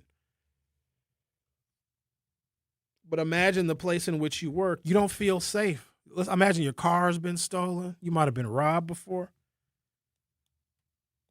You can't blame them for prioritizing the safety of their employees. But that's something that we are going to have to deal with. There are consequences, and I told people there's going to be consequences. You're going to see more consequences. You just wait. Wait till the Republicans really get a hold and start involving themselves in this gubernatorial election. You think they're not going to broadcast the images of Brady Street and Water Street and all the mayhem and the chaos that took place in the city of Milwaukee? You know what they're going to say? This is David Crowley's Milwaukee. And it's going to scare these white folks to death. Hell, it scares us to death. We're going to have to deal with it. There will be consequences. So instead of us just talking about it and shaming it, we are all going to feel the consequences of it. Now, do I have a solution for it? Because some of these people are adults. You can't tell an adult not to congregate in a public space. You can't. You can put more regulations, I suppose. Maybe you can put up more rules. You can make some places less pedestrian friendly, I suppose. You can maybe reinforce loitering laws, and you can maybe give out a whole bunch of tickets that, again, will probably never get paid. But there are going to be consequences to this. So I think the smallest part of this is a bar saying we don't want these hip-hop artists being played. We have a much bigger problem that we don't want to deal with, and we can't continue to say the people that don't want to offer this sinister element of our culture. And I'm not saying the other racial groups don't have that sinister element, but I'm not concerned about them. I let them handle their business. We got to handle our business differently because we are the plurality minority in the city of Milwaukee. We got to take a hell of a lot more responsibility for who we are and our image, because if we can't get a hold on this, then people are going to be less likely to offer us opportunities. They are. This is our responsibility. If a bar says, yeah, we don't want to cater to this element anymore, we can't call that bar racist, because here's the thing. That bar can be like, okay, have them at your house then. No, we don't want them over here. We don't want them at our house. So then why should the bar have to cater to them? And then why do we use that gotcha moment? Like, oh, you don't want certain black people at your bar. You're a racist. That's why I offered the lady, Leslie Montemoro, to come on the show. I want to hear her side of the story. I actually want her to be honest and be like, yeah, some of these blacks were messing everything up. We don't want them here anymore. How could y'all get mad at that? Because we would say the exact same thing. But I mean, coming from a white person, of course, it's racist, right? I'm take a break, come back. I'm going to talk about a couple of brands. This is crazy. Timberland boots. I got 3 pictures here. 2 of them are of Notorious B.I.G., and one looks like he's with his crew, and he's standing in front of a liquor store. And then here I got a picture of Tupac, and I got a third picture of Notorious B.I.G. He's wearing big baggy jeans, a white T-shirt, a big old gold chain, and a red leather jacket. He's holding a cane. And in all 3 pictures, these men, both Tupac and Biggie, are wearing Timberland boots. Timberland was a brand that was adopted by African-American urban culture, and Timberland as a brand was like, hey, what are you blacks doing? These are work boots. You blacks don't work. Why are you? And they're crazy having some Timberland boots. Like, they're meant to be. I love Timberland boots. I love them. I love the way they look. I love the way they feel. Their quality. I love me some. In fact, you know what I do every single year? I reward myself with a new fresh pair of Timbs. Every year I get me a new pair of Timbs. Steel-toed Timbs, too, so if you got to kick somebody in the nuts, it'll really sting. Now, you got to get you a good steel-toed boot. But I will say this. They make metal detectors go nuts. I learned that a long time ago because I go to a lot of Bucks games. Well, Bucks games oftentimes are in the wintertime. And I go to a Bucks game, I go through the metal detector. Sir, can you empty your pockets? My pockets are empty. Okay, no problem. Go back through. Sir, step aside. We have to wand you.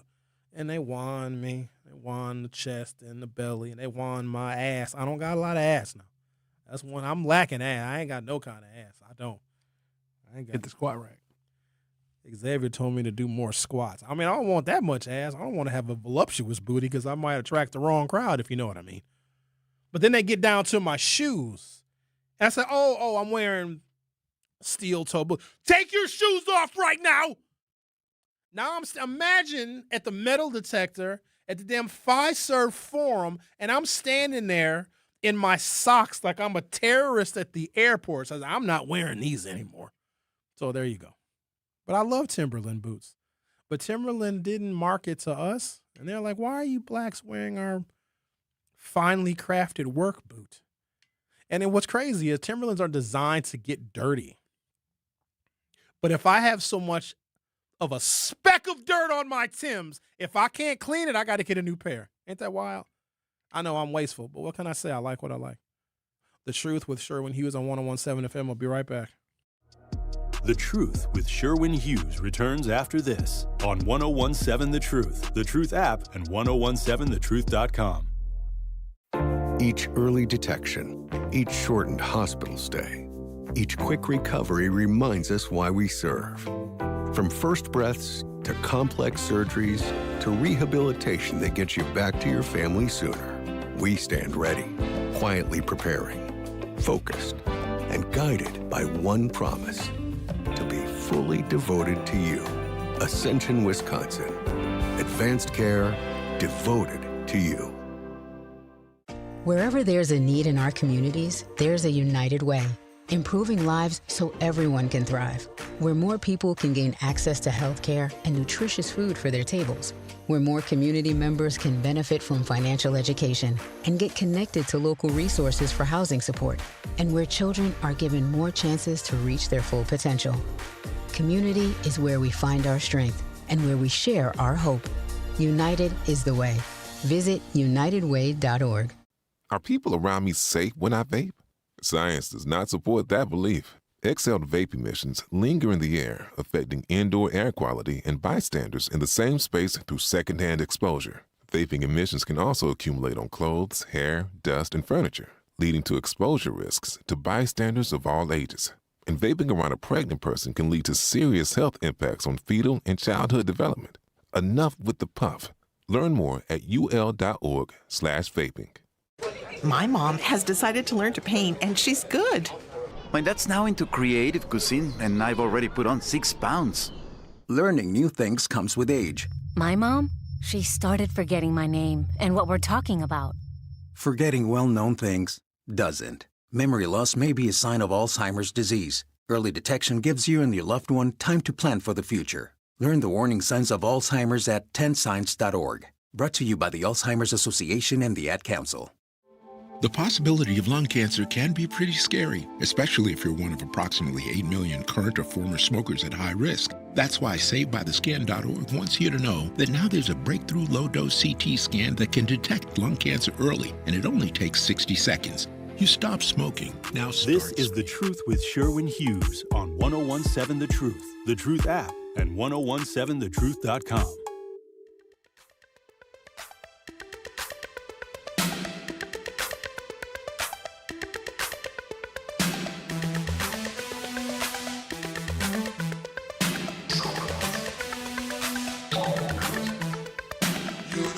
This music's coming back.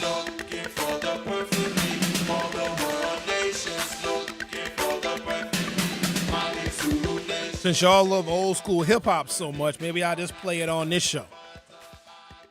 Open up a nightclub.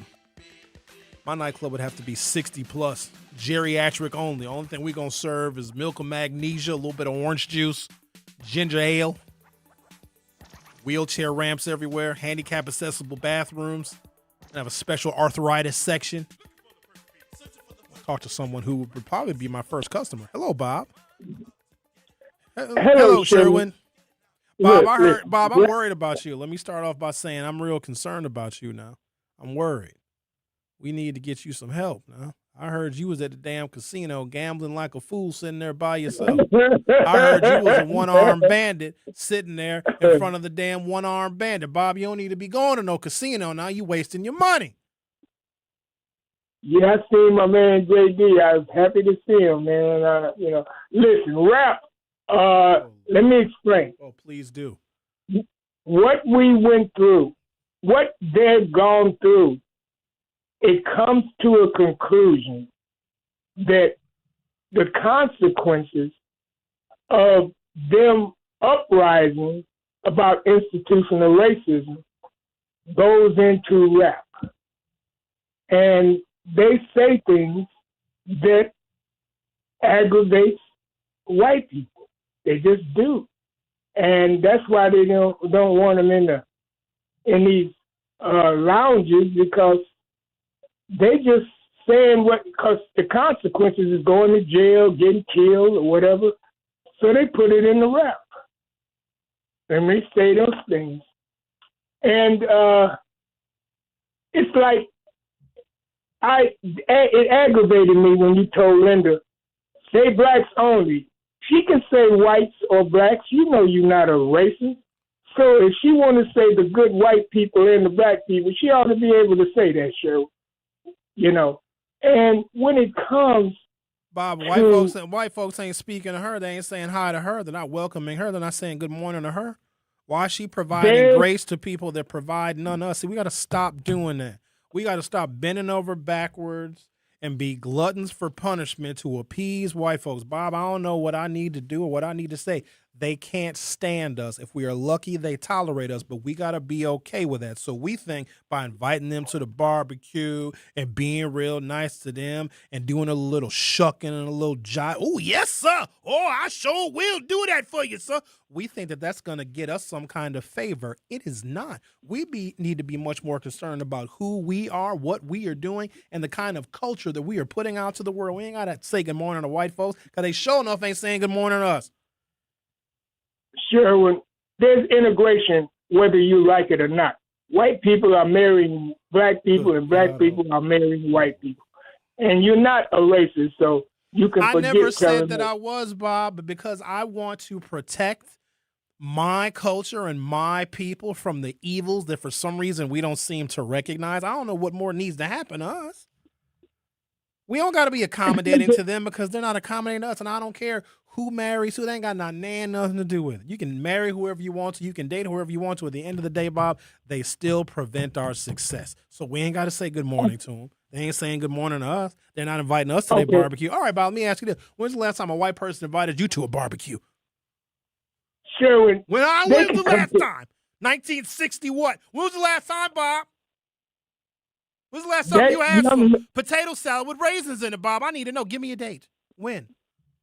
Sherman, that white producer you got, he's one of them good white people. Bob, you're not a racist. I don't have a white producer, Bob. Where did you even get that from? Okay. Oh, good. Give you an example, Sherman. Go lay down. Now you take your medicine. There was a white woman that I used to gamble with. Oh, Lord. On a regular basis. On a regular basis. I didn't mess with her. She didn't mess with me.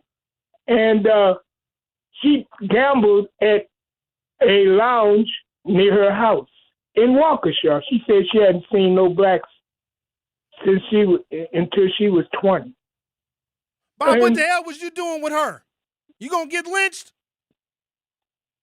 Gambling, I talked to her, and then all of a sudden we started gambling together once in a while whenever I went, because she was cool, and she was, You know, she's a white woman. Did you go pick her up? Or did she come? How did y'all get to the casino? Did you meet at the casino, or did you used to go pick her up?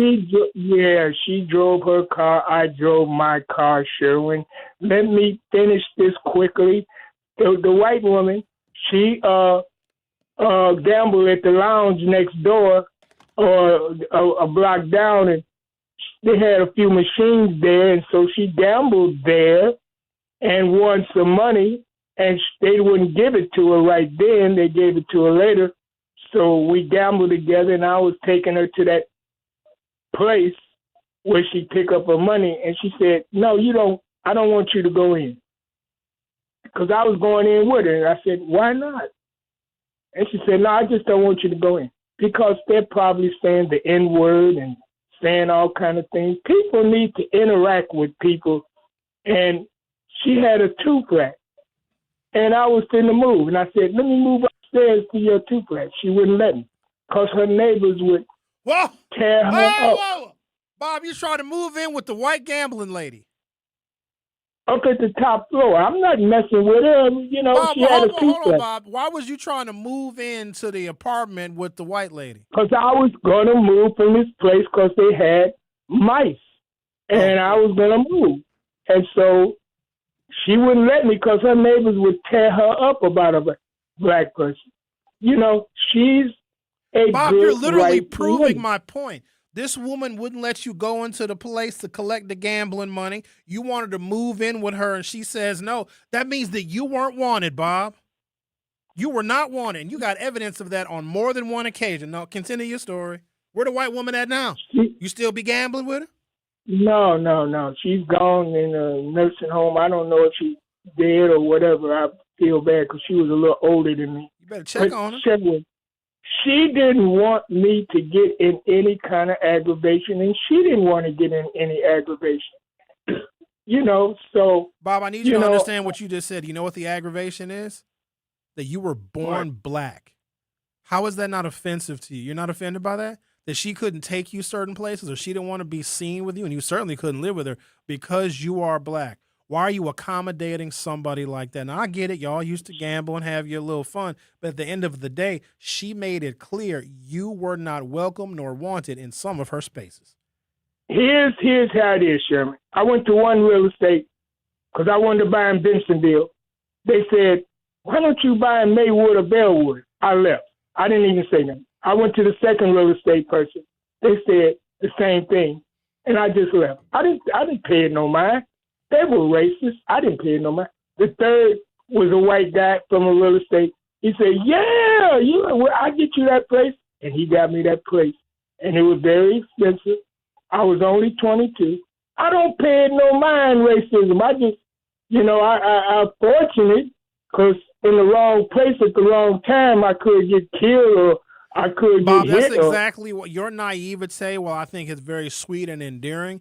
When these people are trying to tell you something, it is in our best interest to listen because we know that we're very nice people and we treat everybody with dignity and respect, but that doesn't matter to them. They still don't want us around. I can't be like them, Sherry. I'm not going to be nobody like is asking you to be like them, but sometimes when the writing is on the wall, we need to read it.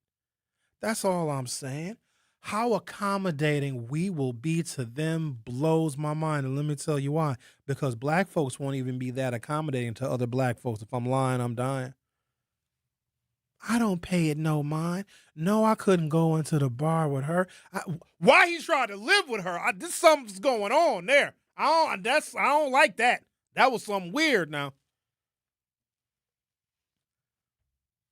At some point, you probably should say, maybe we shouldn't hang out anymore, Mary. Maybe if... Okay, was he trying to prove a point? Well, I guess he ignores racism. Sometimes we're lucky enough to get a warning. Other times we are not.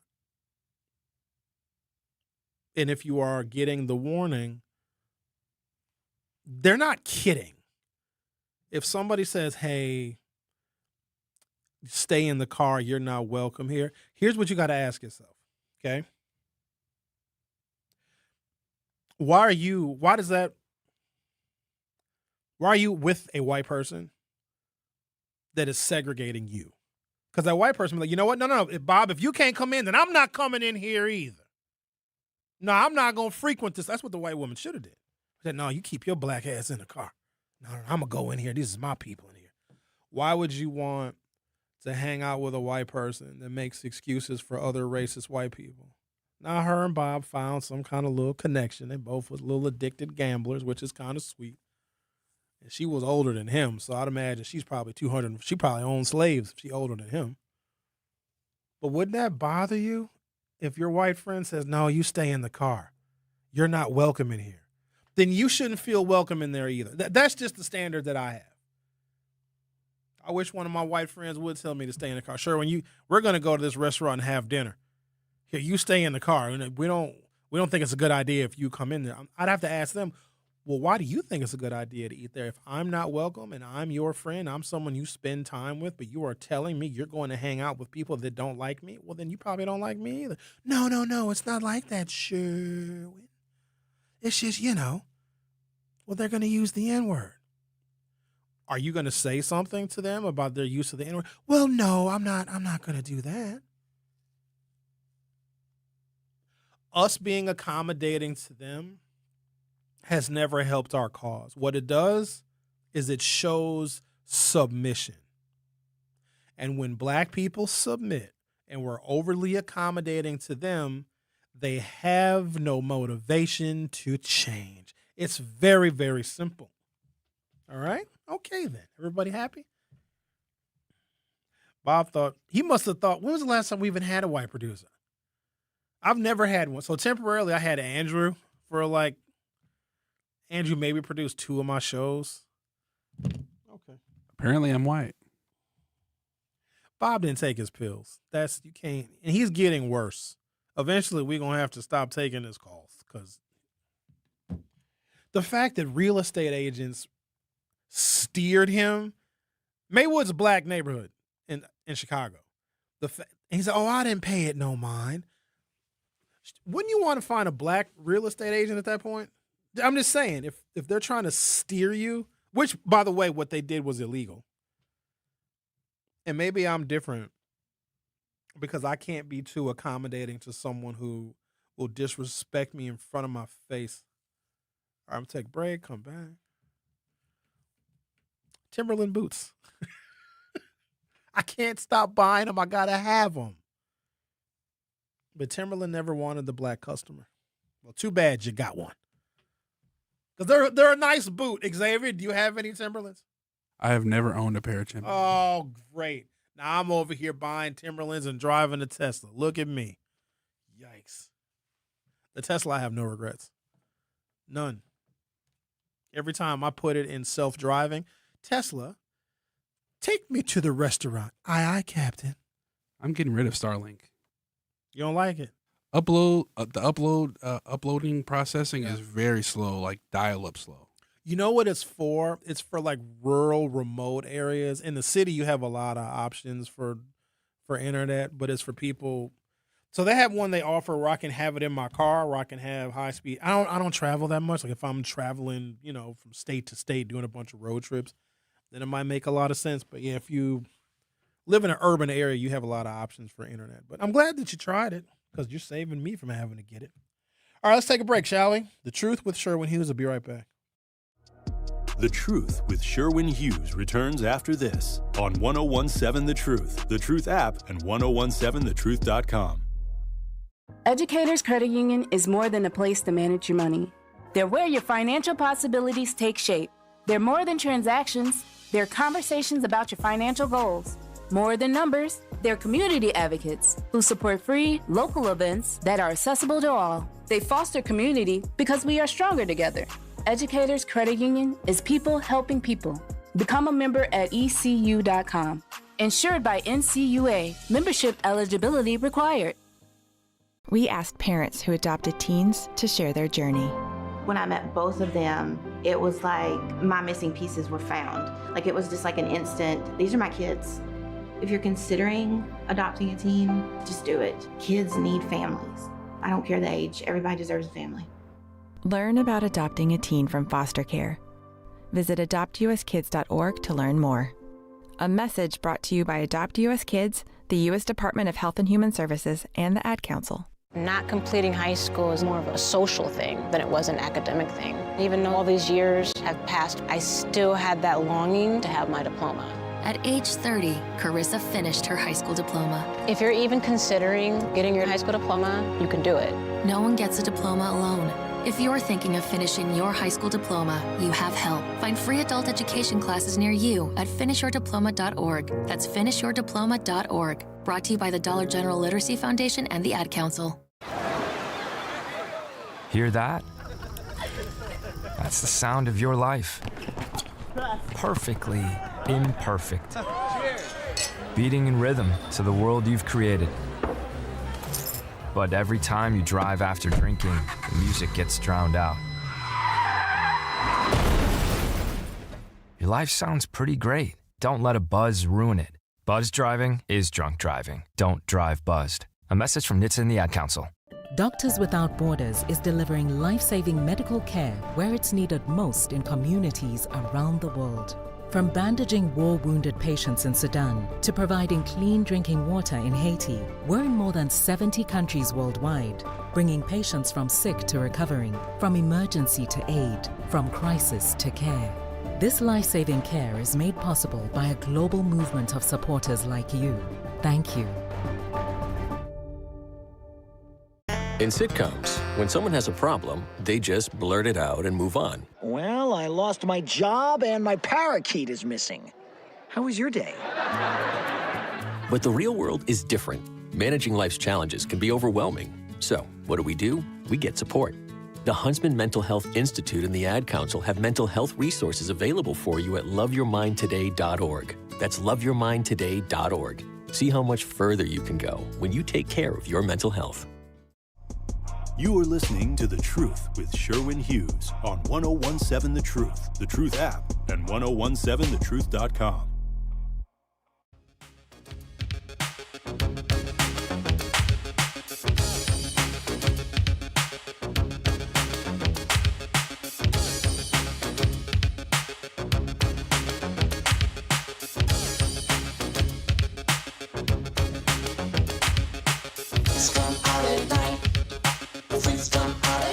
Not always at night. Sometimes they come out between 9 a.m. and noon, Monday through Friday on 101.7 The Truth and on the YouTube on 101.7 The Truth. That's when the freaks come out. LT says, what is our motivation to change? Businesses will change the music, the food in order to keep their establishments, but black folks will keep acting a fool at the next establishment. So here's the thing. You don't have to change at all. You can be exactly who you are. Black folks can continue doing whatever it is you're doing. My thing is, don't go where you're not welcome. I'm not in favor of, now obviously violent behavior needs to stop no matter who the person is. But I think black folks have this fantasy of the good Negro and the model minority in our mind. We think that if we follow their rules and if we act as they do, we talk the way they do, we dress the way they do, and we follow all of the rules that they prescribe, all you are doing is you are acquiescing to white supremacy. And sometimes you have to, right? Because it's their colony that we live on. But the model minority is a myth. Because even if you are successful, they're going to question your success. So even if we follow all the rules and we do everything we possibly can to make white folks feel comfortable, at best they're tolerating us. But here's the thing with us, because we believe that if we follow those prescribed rules, because we have been bombarded by their rules since our inception into this country. It has been nothing but their rules. And we think that if we just follow them, they're going to accept us. No, it's tolerance. Because I can give you an example of a model minority that you would think would have changed their minds. And his name's Barack Obama. They hated him. They hated him so much. Look where the country is right now because of Donald Trump. So I want you to listen to me good. Even if you follow all of the rules and you reach the pinnacles of what you believe is success, they're going to look at all of the measures that were put in place that you may or may not have taken advantage of to reach your success, and they're going to take them away. College used to be damn near free. In fact, the University of California system used to subsidize university education like they subsidize high schools and middle schools. until black people started getting educational opportunities and had to be legally accepted into colleges and universities. Now they're going to make you go into debt forever if you want a higher level of education. We had affirmative action signed into by executive order with John F. Kennedy, March 9th, 1961. Donald Trump just took that away. They've gutted the Voting Rights Act because our own political sovereignty, I could argue, has helped black people get a fair shake, get more opportunities, get more government contracts, et cetera, et cetera. Damn near all of Atlanta, including their airport, was built by nothing but black contractors. So if black people have voted their way into success, take that away too. Diversity, equity, and inclusion. There have been a lot of businesses and companies and corporate boards that have overlooked black people, or they've been outright racist in who they select to lead and to run their companies. Let's have a focus on making sure that black people get a fair shake. We get too much of a fair shake. We get too many opportunities, and now all of a sudden they're taking DEI away. I'm trying to give you an example because we think that if we just follow their rules and do everything by the book like they say, that they're going to love us. They never will. They're literally trying to run from us. They've closed shopping malls, grocery stores, pharmacies. Best example I can give is Olive Garden. You guys remember when Olive Garden was in Brown Deer on like 76 and what is that? No, not 76, like 85th and Brown Deer Road. Used to be a little Olive Garden over there. Oh, you niggers. They moved to Menominee Falls. They just went further away. Well, that's because that whole strip mall died, though. That Olive Garden was the only thing over there for more than a decade. It didn't die with the strip mall. That Target had been closed. Everything, Mr. B's was over there on 86 and Brown Deer Road. But that Olive Garden was just hanging on. They're like, no, we're gonna still hang out in Brown Deer. And they're like, nah. The Walmart on 76th and Servite. They're like, no way. We're getting out of here. We're gonna move into Brown Deer. I'd argue it's worse. But we don't get it. The best we can get is tolerance, or they try to manipulate us. Because what we do as black people, if we find out a white person has been nice to us and gives us an opportunity, we make them like cultural icons. We elevate them. White person opens up a business in the black community to serve underprivileged people. We give them a damn Nobel Peace Prize. But sometimes they manipulate us and take advantage of us. Like, let's start a black business because we want black people. Or we'll be a white investor. Say, oh, we want to offer a business or a job opportunity to a black person, and they'll do so with sinister intentions. You think I haven't seen it in media?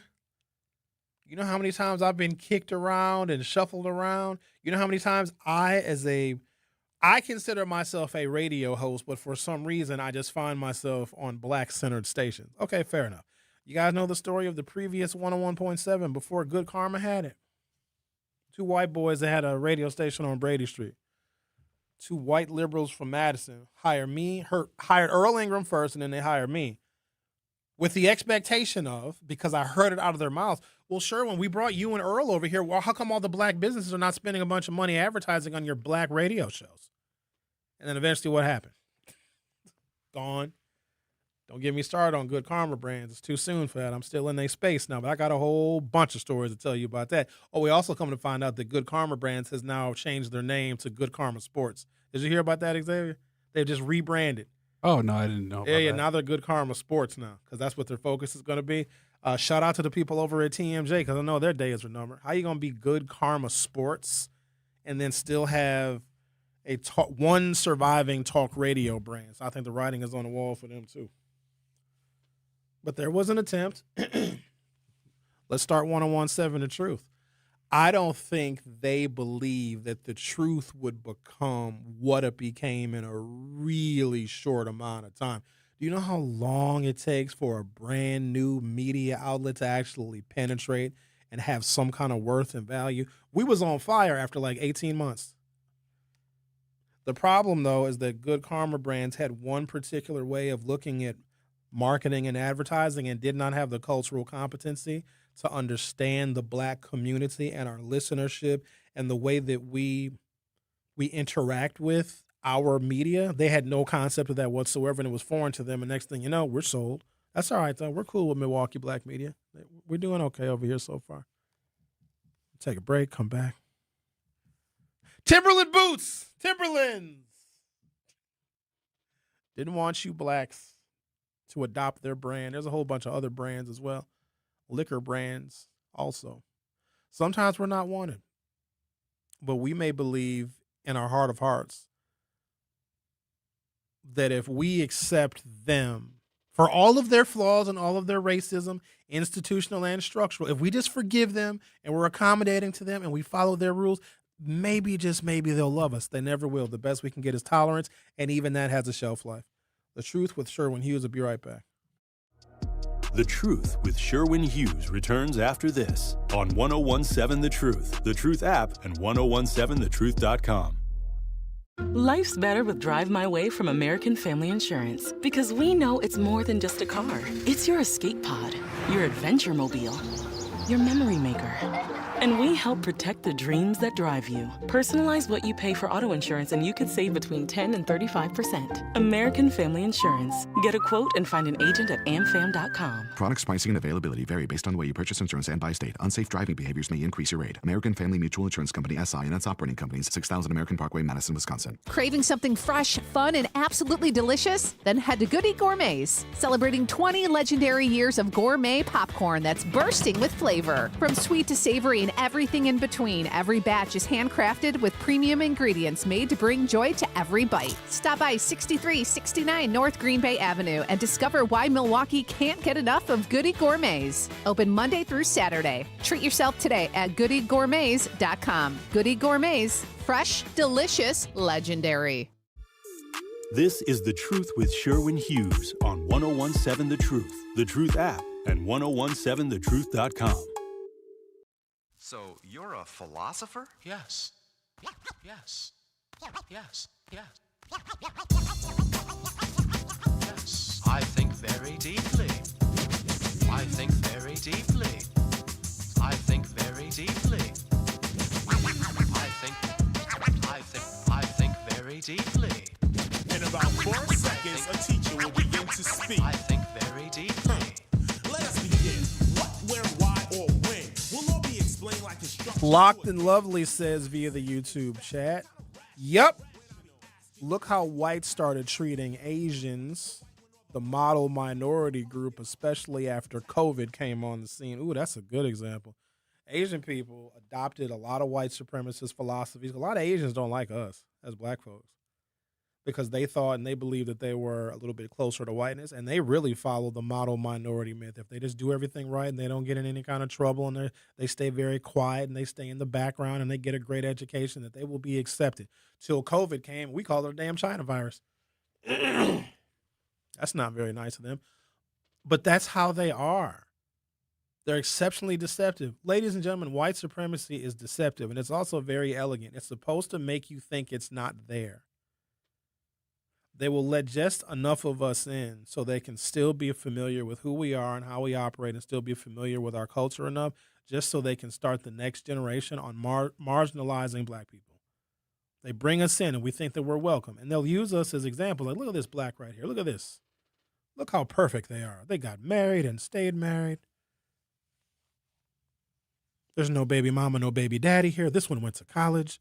This one is a lawyer. Look at this. Look at this. All of you other blacks, be just like them. And then at the end of the day, whoever these black people are that followed all the rules, you're still not going to get the promotion. You're still not going to be named chairman of the board. You're still not going to be the CEO, but they will use you as an example. That's how it works. It's very, very deceptive because so many of us, I think, are conditioned to believe that for them to be racist, they actually have to hate us and say the N-word. No. They have evolved from that. The new racists love being around black people. Listen to our music, adopt our fashion. They do all the things because they're trying to better understand how they're going to reinvent white supremacy and white nationalism so they can continue to do what they have been doing. Because I would argue over the last 500 years, it's worked really, really well for them, not so well for us. So they have to continue to evolve. Some of us think that racism stopped and it ended with Jim Crow.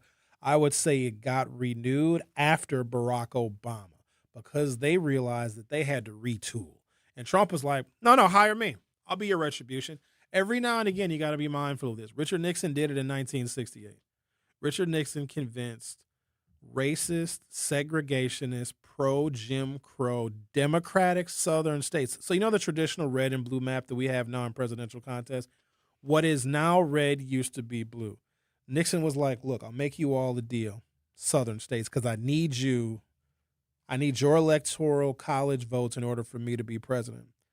And a lot of the Southern Dixiecrat Democrats were very angry at Lyndon Johnson, who was the successor to JFK, who really was the one pioneering the civil rights legislation from the presidential executive Oval Office. It was Kennedy. But then Kennedy had a bit of a bad day in Dallas. He lost his mind, and you know how that goes.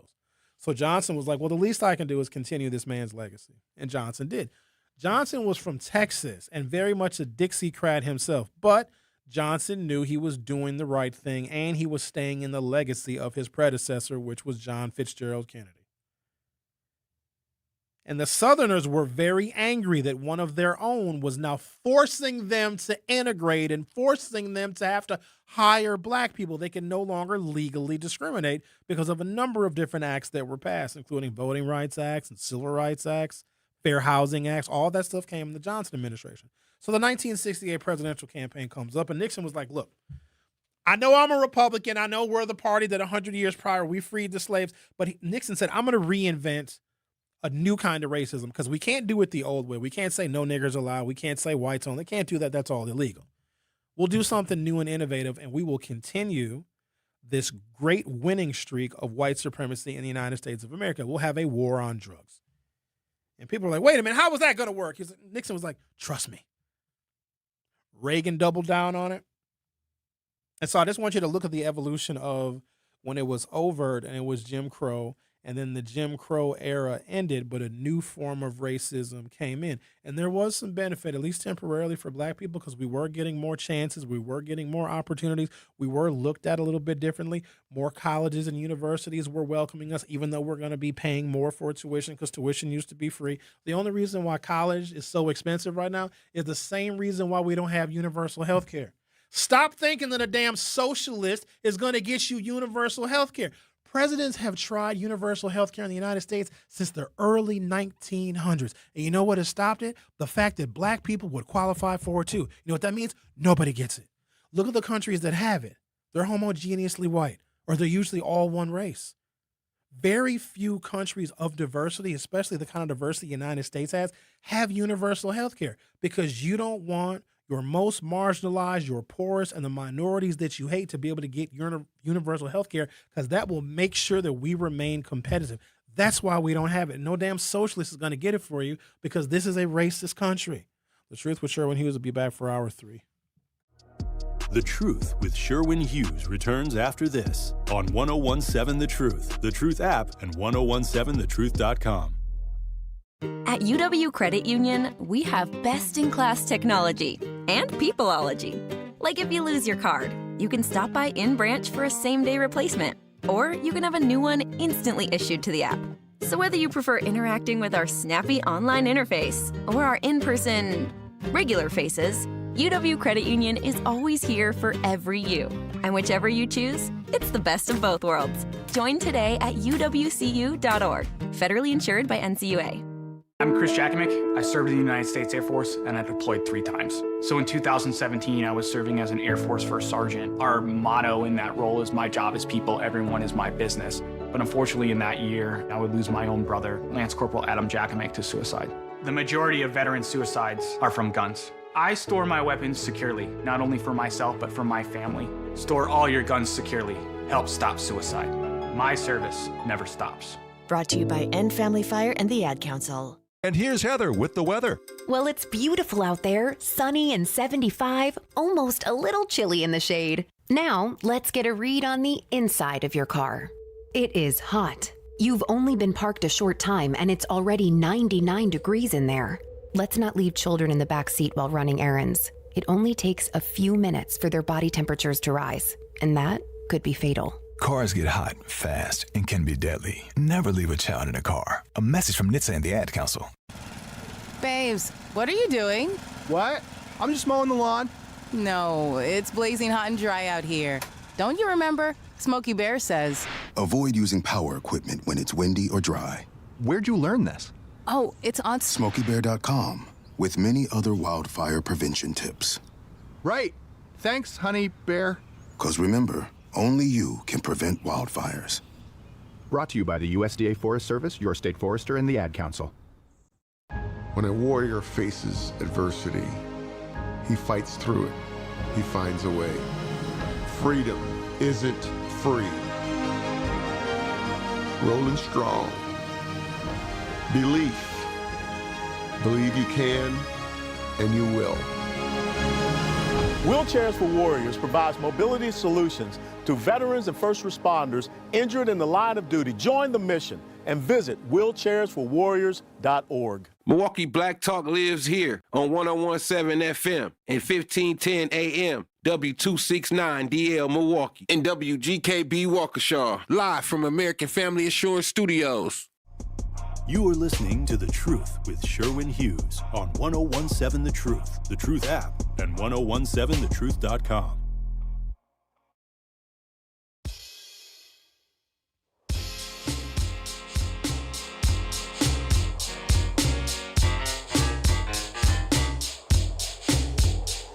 Uncle Ricky, would you read us a bedtime story, please, please? All right, you kids get to bed. I get the storybook. Y'all tucked in? Here we go. Once upon a time. Welcome to Hour 3 of The Truth with Sherwin Hughes. We're going all over the place today.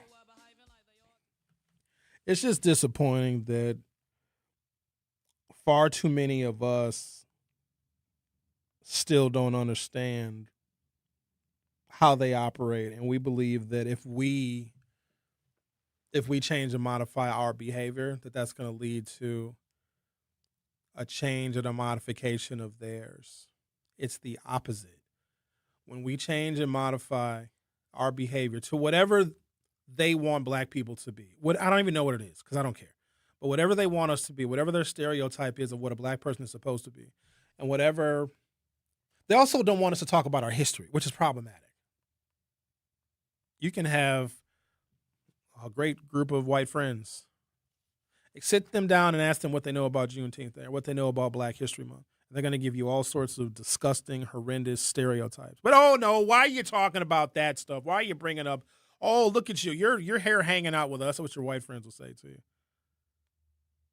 And we're like, all right, fine. You're right. I don't need to know anything about my history. But you can't graduate from a goddamn high school in this country if you don't know theirs. See, that's a fundamental difference. But we think that if we change our behavior and we act a certain way, whatever that is, because the goalpost moves, how we're supposed to dress and whatever, how we're supposed to talk. We have a debate over whether African-American vernacular English is a thing or not. But whatever it is that we're supposed to do to accommodate them, that doesn't mean that they become less racist. That's proof that their system is working on us.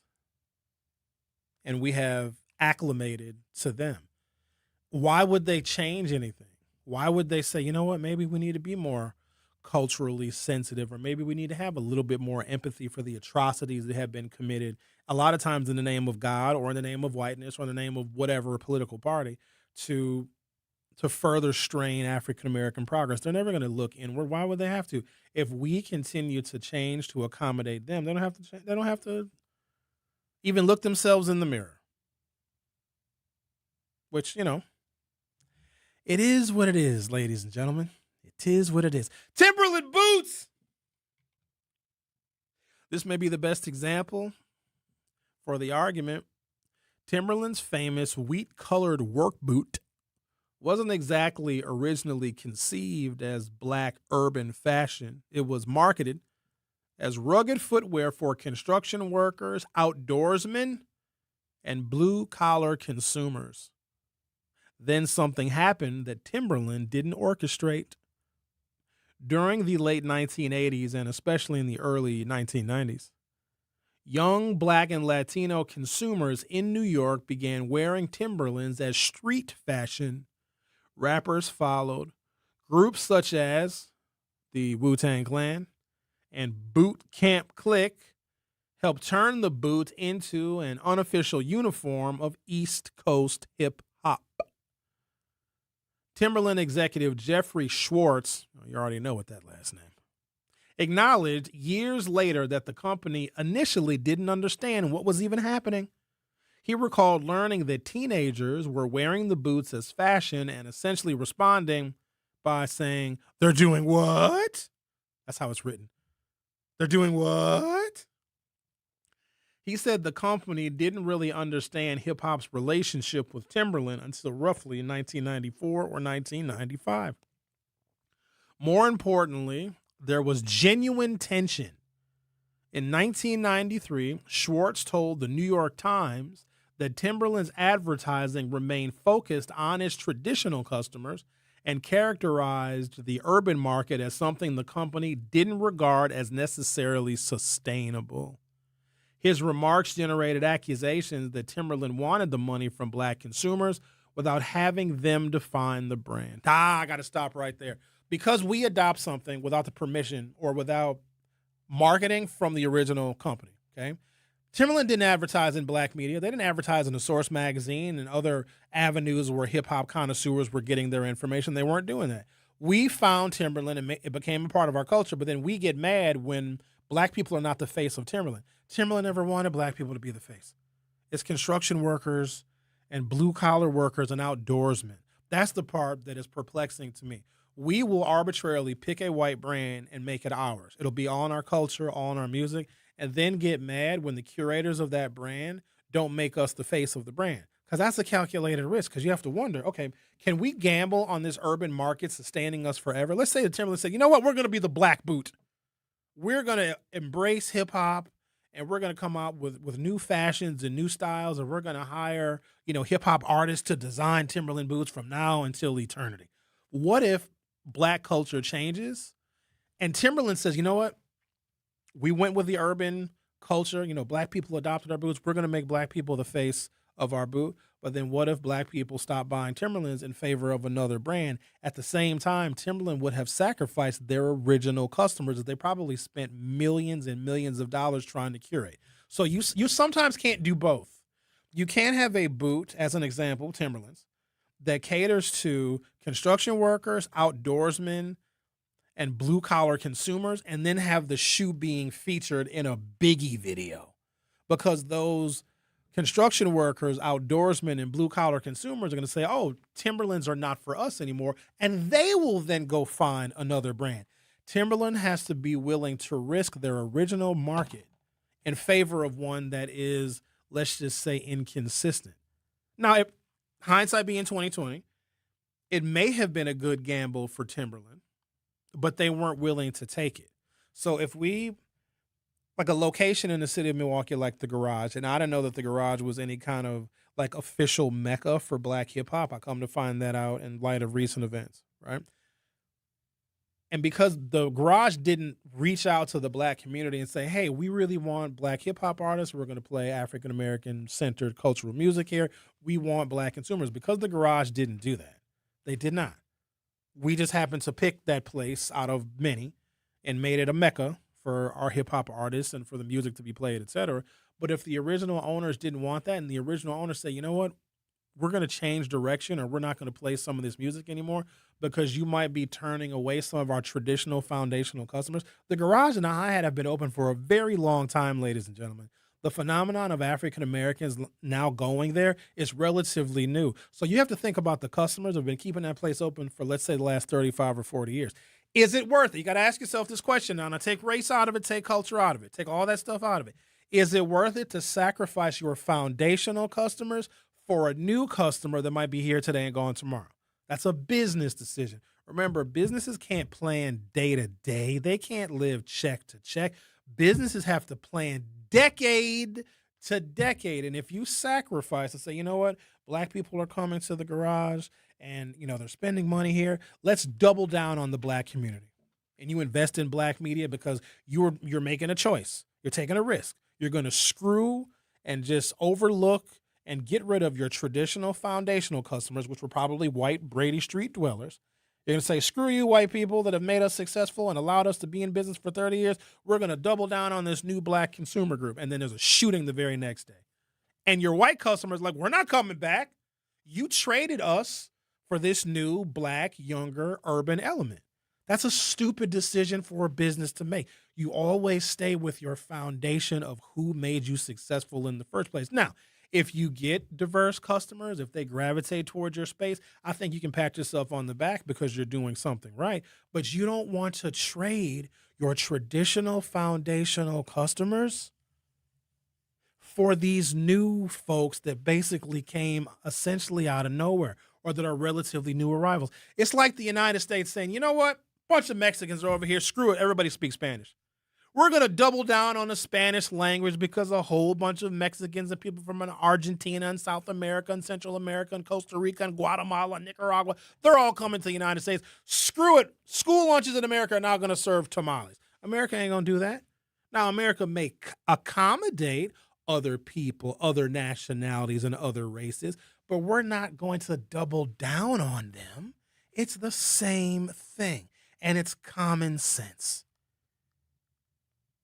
I don't blame Timberland because sometimes with our cultural elements, there comes the downside. And the two artists that are, I would argue, most responsible, or at least the two artists that Timberland looks at as really elevating their brand in black culture and the black community, are Tupac. Because the videos and the pictures that I have here in this article show Biggie. Everybody in Biggie's crew in this picture right now I'm looking at are wearing Timberlands. There's another picture of Biggie where I think this is in the One More Chance video. He's wearing Timberland boots in that video. And then there's a picture of Tupac in the middle. Now, here's the thing about that. Imagine if Timberland said, you know what, screw it. Let's double down on hip-hop. Let's double down on Tupac and Biggie. Let's make them brand ambassadors. Both of them were murdered. That don't make your brand look good. Think about that. If Timberland said, no, screw it. We're going to go with this urban ethos, and we're going to support rappers, and we're going to feature, our Timberland boots on all these hip-hop videos. And the two rappers that are most responsible for Timberland being elevated in black culture have been murdered. That, you know what I mean? That's not a good look. And why would you want to trade your traditional customer of the outdoorsman, the blue-collar worker, and the construction worker for hip-hop artists? Because sometimes hip-hop artists get murdered. And people could say, it was Timberland boots that they were wearing when they were murdered. That don't make the brand look good. Sometimes black people are a risk. But we know that as black folks. We sometimes don't take risks on black consumers because black consumers are very, very fickle. We will change our mind on the drop of a hat. Think of anything that was popular even 5 years ago, even 10 years ago that black people just loved. It could be a liquor brand. It could be a clothing brand. What were we doing 10 or 15 years ago? What were we wearing? I bet you we're not still wearing some of that same stuff now. We weren't wearing Balenciaga like that back then. What's the one? Birkin bags. Those are insane. Gold Yard. We wasn't wearing Gold Yard like that 10 to 15 years ago. Mason Margiela shoes that cost $2,000 and they're ugly. We wasn't wearing that stuff. So doubling down on the black consumer is a calculated risk because we will change our mind and go in a different direction in 6 months. Even our music. We don't really make, and some of you will argue with me on this, classic hip-hop doesn't exist anymore. I can play music, and I've been playing music on today's show, some of which is almost 50 years old, that got your heads nodding, and this is 50 years old. It's hip-hop songs that came out last summer that nobody's even listening to anymore. None of this stuff is classic anymore. Nothing is classic. Everything is throwaway. This is a consumer economy. Something will be hot for a single summer. Here, I'm going to give you a better example. I got examples. I like examples. Kendrick Lamar? I forgot all about Kendrick. Kendrick was real hot when he was dissing Drake. Now Drake has a 3-album comeback. But his music is classic. It's probably the best example of classic that we have from this modern era. But it's not going to compare to anything that I play. It's not going to compare to an LL Cool J, a Run DMC, a KRS-One. He may be one day mentioned amongst the greats, but it will never be considered classic like some of the stuff. I could play Africa Bambaataa and Planet Rock and all the other stuff. Even 30 years from now, that stuff is still going to be solidified as some of the best music ever created. Kendrick Lamar won't make it to that status.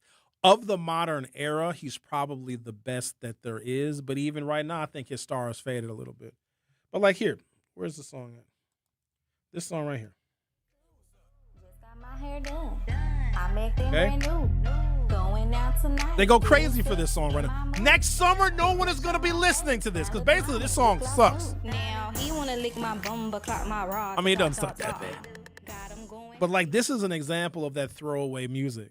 Like it's hot right now, temporarily. And what's going to happen is people are going to play it, they're going to play it, they're going to play it, they're going to get sick of it, and they're never going to play it ever again. Pink Blush is not going to be listed amongst the classics. But that is the risk that you take with black culture. Some of it is so here today, gone tomorrow. Some of the black clothing brands that we used to buy, especially in my era, cross colors. Nobody wears cross colors anymore. Nobody wears Fat Farm anymore. Do people still wear Marc Echo? Nope. Do people still wear Nietzsche? They do not. Here today, gone tomorrow. That is the nature of just modern consumerism, but also black culture. So if you have a place like The Garage that says, you know what, let's embrace our black customers and we'll play their music and allow the DJs to play whatever it is, there's a bunch of risks that you are taking, and sometimes those risks are not good business decisions because you are going to get rid of your foundational customers in favor of a customer base that is transient and that also can bring an element of violence. When you are a business owner, and most people that I talk to every single day are not, they're not. You instantaneously become more conservative. You almost become more conservative overnight because you got to be mindful of all of your money, where your money is going, the fees you have to pay, the lawyers you have to hire, and the taxes that are going to be levied on the services and the goods that you provide. You instantaneously become conservative. As a consumer, you can be more liberal. But as a business owner that is risk averse, you have to become more conservative. You want to conserve what you have. You can't take unnecessary risks on something that's not going to pan out. And also as a business owner, you can't think about what's hot right now. Whatever you're doing as a business owner right now, it's got to be hot in 5 years. It's got to be worthwhile in 10 years. Or you have to be able to pivot and get ahead of trends, which is damn near impossible to do. Because some of the stuff that's popular right now, I never could have imagined 20 years ago. Never could have imagined that the things that we are responding to right now and what we are buying right now would even be popular.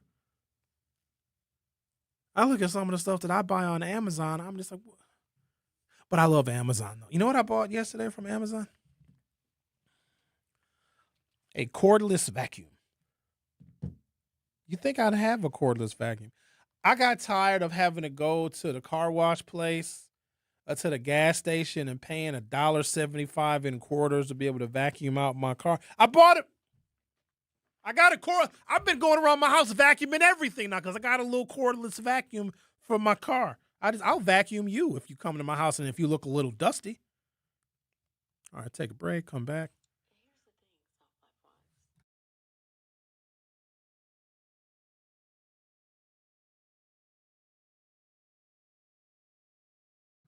There's a convention going on. When did my mic go out? I did? Sorry about that. Getting ahead of myself. So you guys know there's a convention going on at the Baird Center. You know, Milwaukee is a city of conventions, and we love to welcome many people here. I want to tell you who is in town because I noticed something. I don't want to be offensive. I'm not an offensive person, am I? I don't offend people. No, not really. But I noticed something yesterday at the 3rd Street Market Hall. And I looked into it because it looked different. Not bad, but just noticeably different. What'd you say they were? I don't know what that is. Well, I found out that there's a convention that's in town, and it's the the International Jehovah's Witnesses Conference Isn't one of your listeners a Jehovah? Oh, I've got many Jehovah's. I don't know what it is about the truth with Sherwin Hughes, but okay. So what I'm going to do is this. I'm going to take a break. I'm going to come back. I want to give you guys, because it's kind of a mysterious religion, and y'all, you don't make fun of the Jehovah's. It's not funny. Don't make fun of them. They're witnesses to obviously Jehovah, but we don't know a lot about them because they're kind of insular. It's a very diverse religion. I come to find that out today, but there's some details about it that I think non-Jehovah's are not aware of. And because they've opted for Milwaukee, and we should be proud that the Jehovah's feel comfortable coming to Milwaukee for their international convention. There's people here, they say, from 18 or 19 different countries. So imagine a Jehovah knocking on your door in a different language. That's diversity right there. So we're going to talk about the Jehovah convention that's going to be going on at the Baird Center. And some of them have arrived a little early. I noticed some of them yesterday. I was like, you people look a little different. Not bad, but just different. So we're going to talk about the Jehovah's, but also those of you that have been listening to me with consistency may have heard me talk about a woman that I've affectionately nicknamed by her zodiac sign. I call her Scorpio. Still love her to death. Will probably always love this woman. But there's something very unique about her that makes it difficult for us to be ultimately compatible.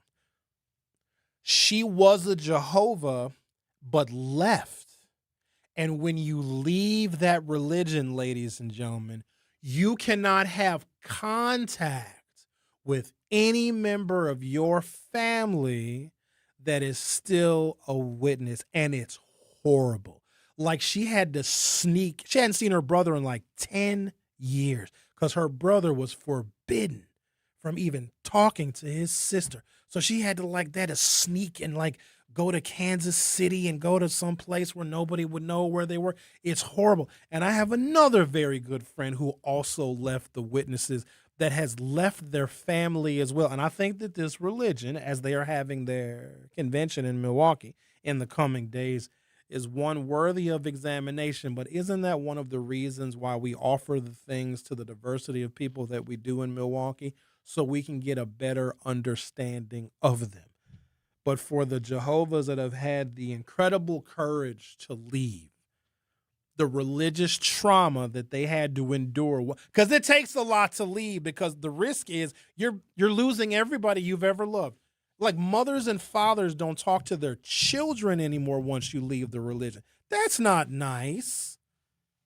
That isn't. That's very mean, but it's a part of the doctrine that they adhere to. So we're going to talk about Jehovah's because you're going to see them. Now, one of my friends was not very nice, and I'm very mad at him for being very disrespectful because he found out about the convention as well. So he sent us a group text message, and here's what because I get the subject line when somebody sends me a text without having to read the whole message, and it was all capital letters that said, "Don't answer the door for a week." I was like, oh no, what's happening?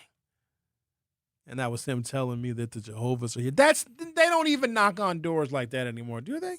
They still be knocking on doors? I let them inside my house all the time. You do? I believe it. No. Yeah. You do it to troll them, though. No. Yes, you do. You ain't believing what they putting down. Yeah, I they almost converted me one time. I know you lying. You don't even like religion. You ain't get converted by no Jehovah. It was two beautiful women, and, they almost got me. Yeah, they almost got you, not because they was Jehovah's. They got you because you probably wanted some of that cooter cat. Jehovah's don't give up the cooter cat. You got to be in the religion and marry them, and then maybe 10 years later, they give you a taste. You thought you was going to crack a Jehovah, huh? Yeah. You come to the door with the robe on, let them in. Not a robe. Yeah. Light some candles. All right, I got to take a commercial break because this is getting weird. Timberland boots. The Truth with Sherwin Hughes will be right back. The Truth with Sherwin Hughes returns after this on 1017 The Truth app, and 1017thetruth.com. At Milwaukee College Prep, we believe brilliance lives in every child. Here, students are challenged, supported, and celebrated every single day. With small class sizes, dedicated teachers, and a proven track record of academic excellence, MCP is helping Milwaukee kids reach their fullest potential. Enrollment is still open for grades K-3 through 8. Apply today. Give your child a school where they'll thrive. Visit mkuprep.com or call today. Milwaukee College Prep, brilliance lives here. Here's the deal. We gotta set ourselves up. See, retirement is the long game. We gotta make moves and make them early. Set up goals. Don't worry about a setback. Just save up and stack up to reach them. Let's put ourselves in the right position. Pre-game to greater things. Start building your retirement plan at thisispretirement.org. Brought to you by AARP and the Ad Council. For 75 years, the Muscular Dystrophy Association's voices have thundered through the halls of Congress. For 75 years, we've willed the impossible into existence. For 75 years, the MDA community has pushed the science, shifted the narrative, and established the field of neuromuscular medicine. And until that day, when this is all a thing of the past, you couldn't stop us if you tried. Join us and celebrate 75 years of breakthroughs at MDA75.org. Talking about guns with others might not always feel comfortable, but it could save a life. Here's a way to start a conversation. Your family is going over to your neighbor's home for dinner for the first time. How would you ask if there are any unlocked guns in the home? Hey, we're so excited for tonight. Before we come over, though, may I ask if there are any unlocked guns in your home? Our guns are stored securely, locked in a safe that the kids can't access. Awesome. Learn how to have the conversation at agreetoagree.org. Brought to you by the Ad Council. Wherever there's a need in our communities, there's a United Way. Improving lives so everyone can thrive. Where more people can gain access to health care and nutritious food for their tables. Where more community members can benefit from financial education and get connected to local resources for housing support. And where children are given more chances to reach their full potential. Community is where we find our strength and where we share our hope. United is the way. Visit unitedway.org. Are people around me safe when I vape? Science does not support that belief. Exhaled vape emissions linger in the air, affecting indoor air quality and bystanders in the same space through secondhand exposure. Vaping emissions can also accumulate on clothes, hair, dust, and furniture, leading to exposure risks to bystanders of all ages. And vaping around a pregnant person can lead to serious health impacts on fetal and childhood development. Enough with the puff. Learn more at ul.org/vaping. You are listening to The Truth with Sherwin Hughes on 1017 The Truth app, and 1017thetruth.com. Think I'm crazy, but I love you 'cause you crazy too. Radio killer. Red light special, undress me under the candlelight. Turned up in this business, watch me do all. Jehovah's Witnesses Conference closes several downtown streets. Oh, they gonna have a party. All right, then. Let's party with the Jehovah's Witnesses. Several main thoroughfares in downtown Milwaukee are closed and will remain closed until September 1st to facilitate the 2026 International Convention of Jehovah's Witnesses Conference at the Baird Center this weekend. Now, I'm going to let y'all know some of the Jehovah's got here a little early. Don't be panicked. Don't be alarmed. They're very nice people. They might try to get you to convert, and maybe some of you would be better people as Jehovah's Witnesses. The Jehovah's Witnesses is hosting around 5,000 guests from 19 different countries for its international convention starting on August 28th through August 30th in Milwaukee. In preparation for the event, hundreds of volunteers are taking part in a city cleanup effort to, quote, thank the city for hosting the convention and prepare it for welcoming visitors, according to an August 24th news release. Hang on a second. In preparation for the event, hundreds of volunteers are taking part in a city cleanup effort. So wait a minute, our city's not clean enough for the Jehovah's? I've never heard of this before. I've never heard of an effort to clean up the city before a convention. Isn't it usually after the convention leaves where we do the cleaning up? Or what y'all trying to say, Jehovah's? We're not cleaning up for you. Let me calm down. Sherwin, relax. Everybody relax.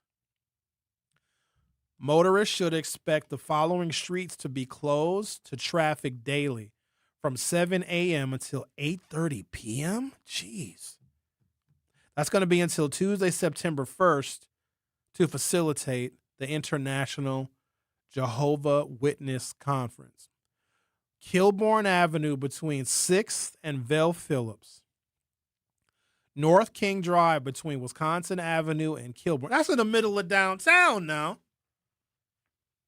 Eastbound West Wells Street between 6th Street and 4th Street, which is Vel Phillips.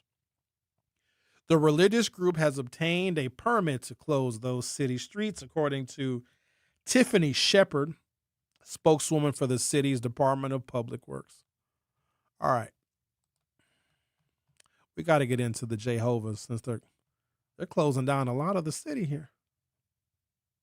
With the Jehovah's Witnesses holding their 2026 International Convention in Milwaukee this week, this is a useful moment to distinguish between what Jehovah's Witnesses actually believe and what outsiders sometimes misunderstand, and where legitimate controversies exist. The Wisconsin Center District lists the 2026 Milwaukee International Convention of Jehovah's Witnesses at the Baird Center, and this year's worldwide convention theme is, you ready for their theme this year of the International Conference? Eternal happiness. Whew, that sounds a little scary. Jehovah's Witnesses are a Christian restorationist religious movement that began in America in the late 1800s. They believe mainstream Christianity drifted away from the Christianity practiced by Jesus and the apostles, and their organization has restored the correct understanding of Scripture. I'm going to take a break, come back. Can we get a better understanding of the Jehovah's? Because they're not just, hello? Hi, can you open the door, please? We have many pamphlets. They're more than just that. So let's learn. And we are welcoming the Jehovah's as they're having their international conference/convention here in the city of Milwaukee, which is going to close damn near half of downtown. But I'm a little offended that they're having a volunteer cleanup before the convention actually starts. Maybe we should invite them to join the Tory Low cleanup in the spring. See if the Jehovah's want to come back. The Truth with Sherwin Hughes will be back shortly. The Truth with Sherwin Hughes returns after this on 1017 The Truth app, and 1017thetruth.com. Educators Credit Union is more than a place to manage your money. They're where your financial possibilities take shape. They're more than transactions. They're conversations about your financial goals. More than numbers, they're community advocates who support free, local events that are accessible to all. They foster community because we are stronger together. Educators Credit Union is people helping people. Become a member at ECU.com. Insured by NCUA. Membership eligibility required. My mom has decided to learn to paint, and she's good. My dad's now into creative cuisine, and I've already put on 6 pounds. Learning new things comes with age. My mom, she started forgetting my name and what we're talking about. Forgetting well-known things doesn't. Memory loss may be a sign of Alzheimer's disease. Early detection gives you and your loved one time to plan for the future. Learn the warning signs of Alzheimer's at 10signs.org. Brought to you by the Alzheimer's Association and the Ad Council. The possibility of lung cancer can be pretty scary, especially if you're one of approximately 8 million current or former smokers at high risk. That's why SaveByTheScan.org wants you to know that now there's a breakthrough low-dose CT scan that can detect lung cancer early, and it only takes 60 seconds. You stop smoking, now start screening. For an easy quiz to see if you're eligible, visit SaveByTheScan.org. It could save your life. SaveByTheScan.org is brought to you by the American Lung Association's Lung Force Initiative and the Ad Council.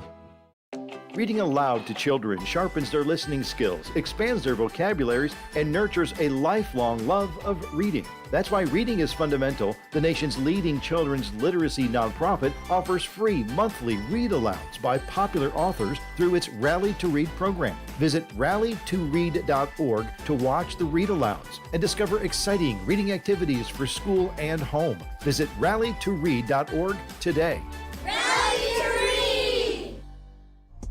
You are listening to The Truth with Sherwin Hughes on 1017 The Truth app, and 1017thetruth.com.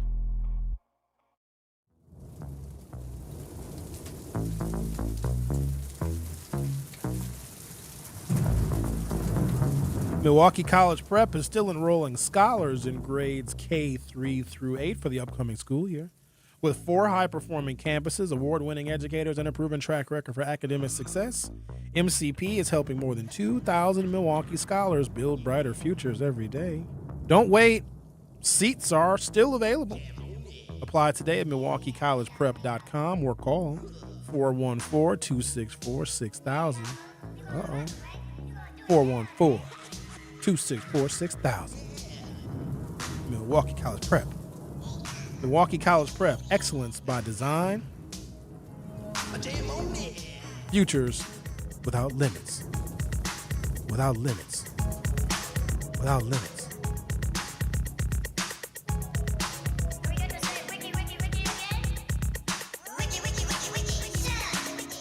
Nobody's going to a nightclub playing this. No way. Nobody's paying money.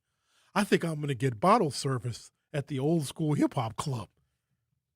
Be a bottle of Metamucil, because you get a little backed up. You need to have fiber as we get older. Selling Metamucil shots. They have a 90s cafe in downtown. Yeah, it ain't the same. It's a bunch of young people. It's not. And it's like, it's the stuff you would hear at like a UW-Madison frat party. You're not going to hear the good stuff. There's not. Because there's no market for it. Because people that are of and from that era, because the places that we went to and the venues that we had, you can't create anything now in this modern era that would even come close to what we had some time ago that has been lost to time. You can't recreate it. You can't. And it wouldn't be worth it. It would be second rate because nothing compares to being alive and being around during that era. It's hard to explain. It was tangibly different. People were different. The attitudes of people were different. The whole culture was different. The outlook was different. There was way more optimism about what black people could become because you got to think in that time, some of our most profound and excellent leaders were being forged in that era. And look where we're at now. It's awful. It's like we're going backwards. Can we talk about the Jehovah's, please? Because they're having their international convention in our fair city of Milwaukee. We love the Jehovah's very much. We love everybody that comes to Milwaukee, and we hope that they spend a lot of money. Did Jehovah's have money? I don't know. I guess we'll find out. Jehovah's are a relatively small but highly organized religion. The denomination currently reports about, that's not small, 9.2 million active members. Worldwide. Maybe that is small.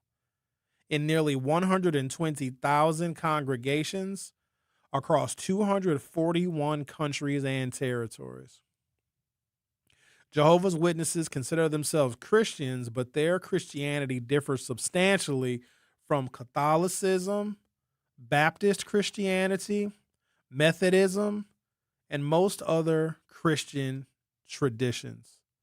For example, Jehovah's reject the Trinity.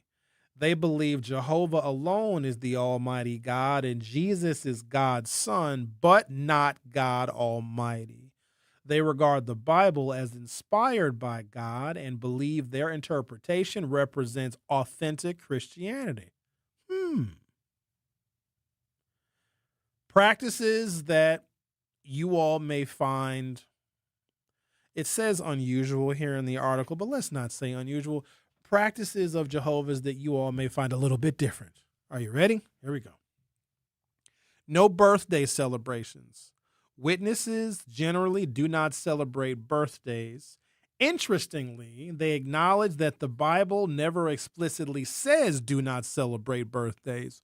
Instead, they infer the prohibition from biblical accounts and what they regard as the pagan origins of birthday customs. Well, some of you that celebrate birthday month couldn't be a Jehovah. If you celebrate your birthday for a whole month, you are in fact toxic. No one cares.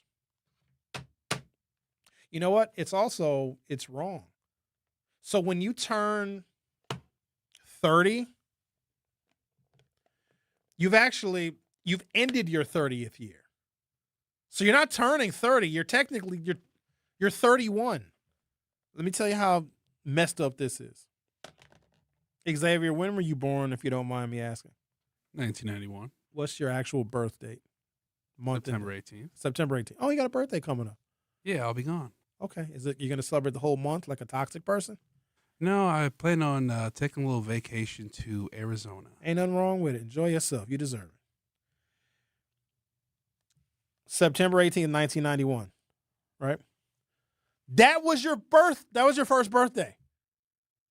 When you turned 1, you actually are turning 2 because your first birthday was when you were born. That's technically your actual birthday, but for some reason, we don't count that as your first year, even though it literally is your first year on Earth. You live your whole first year and then you turn 1. Isn't that weird? Even though you're actually 2. So maybe the Jehovah's have something figured out. Jehovah's do not celebrate most traditional holidays. Christmas, Easter, and numerous religious and patriotic celebrations are rejected because witnesses believe that they are pagan, nationalistic, and non-biblical. Well, that's exactly what they are. That's why we love them. No patriotic religious-style rituals at all in the Jehovah's beliefs. They do not participate in flag salutes or similar patriotic ceremonies. This is based on religious neutrality rather than hostility toward America. Their position has produced important U.S. Supreme Court religious liberty cases. And we are talking about the details of the Jehovah's Witnesses because I think that they are a people and a religion that is very much misunderstood. I know 2 people, one of which I have deep, deep affections for, and one is another very good friend, that have made the very hard choice to leave the religion. And when they left the religion, their family has excommunicated them. Like, they can't see their mothers and their fathers anymore. They can't have regular contact and communication with their siblings and their cousins. It's really, really sad. It's hurtful, but I guess that's what happens when you leave the religion.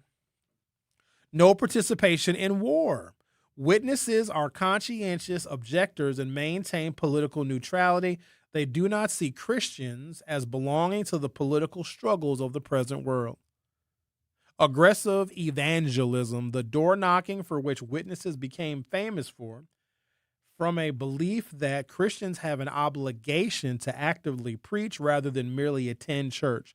The Pew Research Center found that 76% of active American Jehovah's Witnesses reported sharing their faith at least weekly versus 26% of American Christians overall in the study. The blood transfusion controversy. This is probably the belief with the most serious real-world consequences. Jehovah's Witnesses interpret biblical instructions to, quote, abstain from blood as applying to medical transfusions. Therefore, they traditionally refuse blood transfusions of donated whole blood and major blood components, even when physicians believe transfusion is medically necessary to save life. There was an important change just this year. In March of 2026, the governing body announced that witnesses may now individually decide whether their own blood can be removed, stored later, and returned to them during medical treatment. So they can only give blood to themselves? As someone who's had blood transfusions before, I'll take blood from any of y'all. If I need it, I can't have the doctor saying, Sherwin, your iron is very low. And the only blood that we have is from a white racist. You know what I'd say? Yeah! I don't don't mind that one bit. In fact, you know what? Does the blood come with a Confederate flag? No, I wouldn't say all that. But I'm not going to let myself die. You know what I mean? Sherwin, I'm sorry, but we have a biological profile on the person who donated blood. It's the only unit that we have, Sherwin. It's this unit of blood or you're going to die. And the blood came from a transgender man. Well, absolutely, I'll take her blood. Absolutely. He would be very happy that their donation has helped a man. Why don't we do this? Let's, Eastside Corey is a doozy. I'm not sure if I'm ready for this call. Yeah, let's take it. Hi, Eastside Corey. How are you? Eastside Corey going once. Just going once. That's all I have time for. In March 2026, the governing body announced that witnesses may now individually decide whether their own blood can be removed, stored later, and returned to them during medical treatment. The broader prohibition against receiving someone else's donated blood remains. So you have to predict that you may need a blood transfusion one day and have your own blood removed and stored in case you need a blood transfusion, and then you can only get your blood. But what if your blood is deficient and that you need someone else's blood? The only blood you can get is your own blood.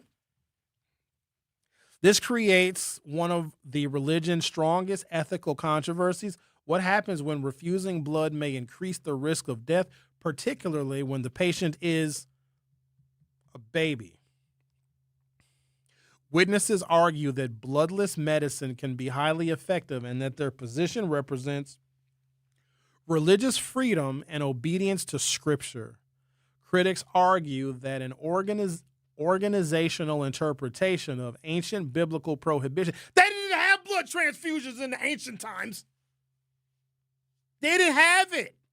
So why am I yelling at the Jehovah's? I'm sorry. I just don't want you guys to need blood and just be on the table in the operating rooms like, no, don't give me that good blood that I need to live.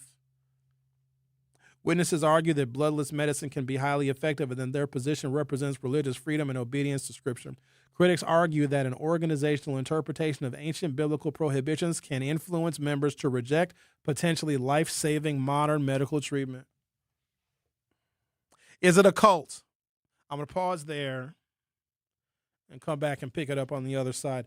The International Jehovah's Witnesses Convention has chosen Milwaukee for their 2026 gathering. There's going to be a number of street closures downtown just to make folks aware, and they're going to be at the Baird Center.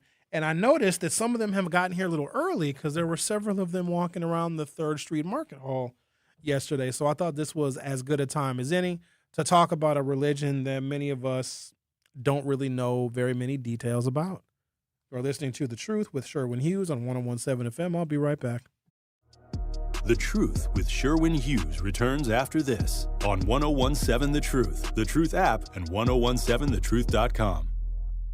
Life's better with American Family Insurance because we know you love working weekends. If it means working on your dream home, both inside and out. And we're here to help protect those dreams so you can enjoy peace of mind. Save up to 40% when you bundle home and auto. American Family Insurance. Get a quote and find an agent at amfam.com. Products, pricing, and availability vary based on where you purchase insurance and by state. Some exclusions apply. American Family Mutual Insurance Company, SI, and its operating companies, 6000 American Parkway, Madison, Wisconsin. Hear that? That's the sound of your life. Perfectly imperfect. Beating in rhythm to the world you've created. But every time you drive after drinking, the music gets drowned out. Your life sounds pretty great. Don't let a buzz ruin it. Buzz driving is drunk driving. Don't drive buzzed. A message from NHTSA and the Ad Council. You are listening to The Truth with Sherwin Hughes on 101.7 The Truth app, and 1017thetruth.com. Please report. Freakazoids, robots. American Family Insurance is a proud sponsor of The Truth. Having the right protection in place matters. American Family helps you stay ready for whatever life brings so you can focus on moving forward. Insure carefully, dream fearlessly with American Family Insurance. Get a quote or find an agent at amfam.com. American Family Insurance Company, SI and its operating company, 6000 American Parkway, Madison, Wisconsin. And are you looking to discover and support local businesses in our community? Then tune in every Friday at 8 o'clock to What the Business Is, hosted by Homer Blow and Bailey Coleman. Each week, you'll hear from local business owners as they share what their business is, where they're located, and one valuable lesson they've learned along the way. Don't miss What the Business Is every Friday at 8 a.m. only on Truth in the Morning, hosted by Homer Blow and Bailey Coleman, powered by We Energies, delivering the energy that powers local business.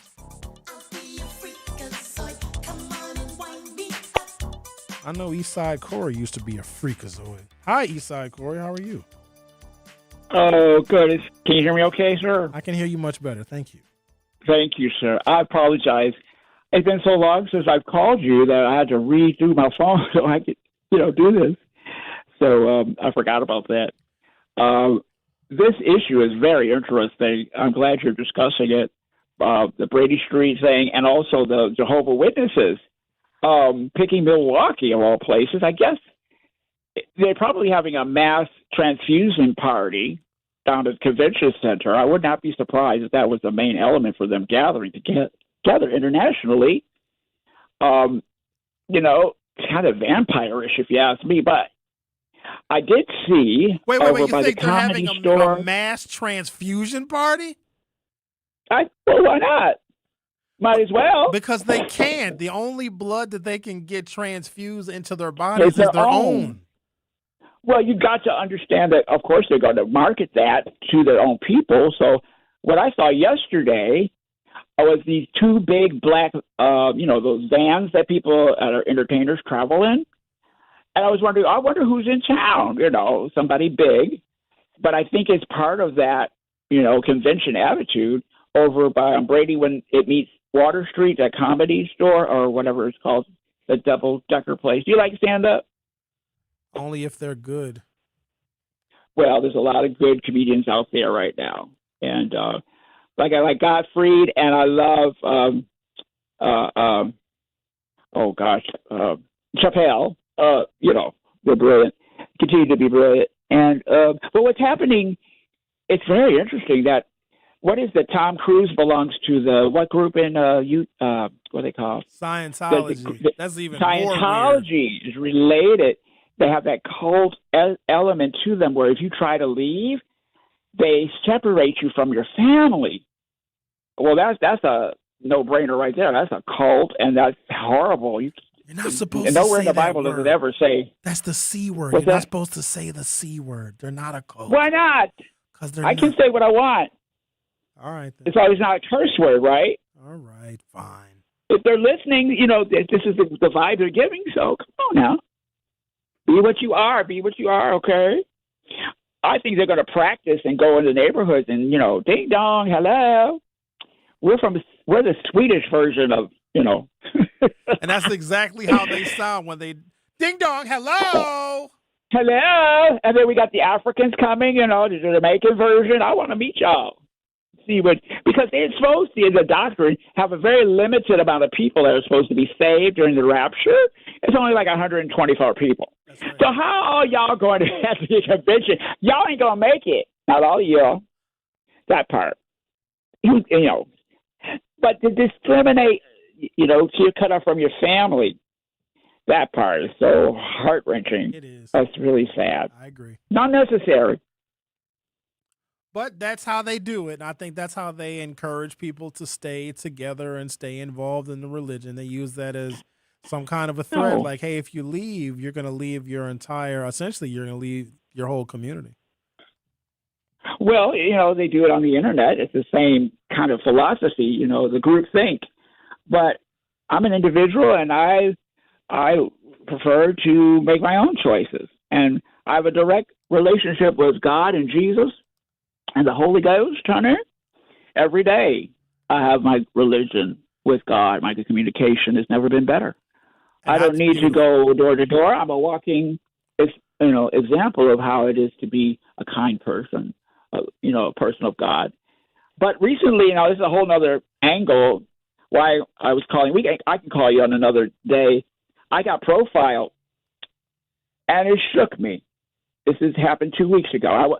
It happened at a certain place. I won't name the name. No, but you're going to name it. No, you are going to name. Where'd you get profiled at?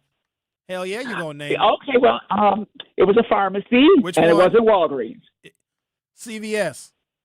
Yeah. Okay, you're walking around CVS, just being your normal, happy self. Yay. I was a little extra, but I wasn't. I had my headphones on. You were extra? I've seen you wear a pink sequins tuxedo jacket. Yeah.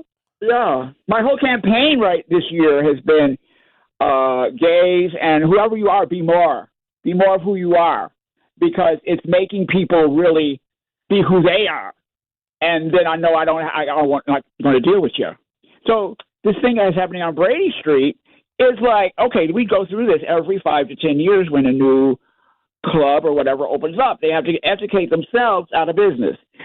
Your business of the radio, I didn't call because I wanted to see how the chips were going to fall. And I realized something. I did a little research because you told me that radio's different. So I found out that why you couldn't say anything is because you're contractual. Everyone has an individual contract that they negotiate. But the direction of your company with the blacks, y'all too successful. Look, you went to the Republican convention, and, man, you scored. Sherwin Williams got some interviews, got some national. Yeah, I mean, this is a problem in our fair city. When you are too successful, my dad told me this. Milwaukee has bad poor esteem. We think we don't deserve to be first and number one in quality, but we secretly love it.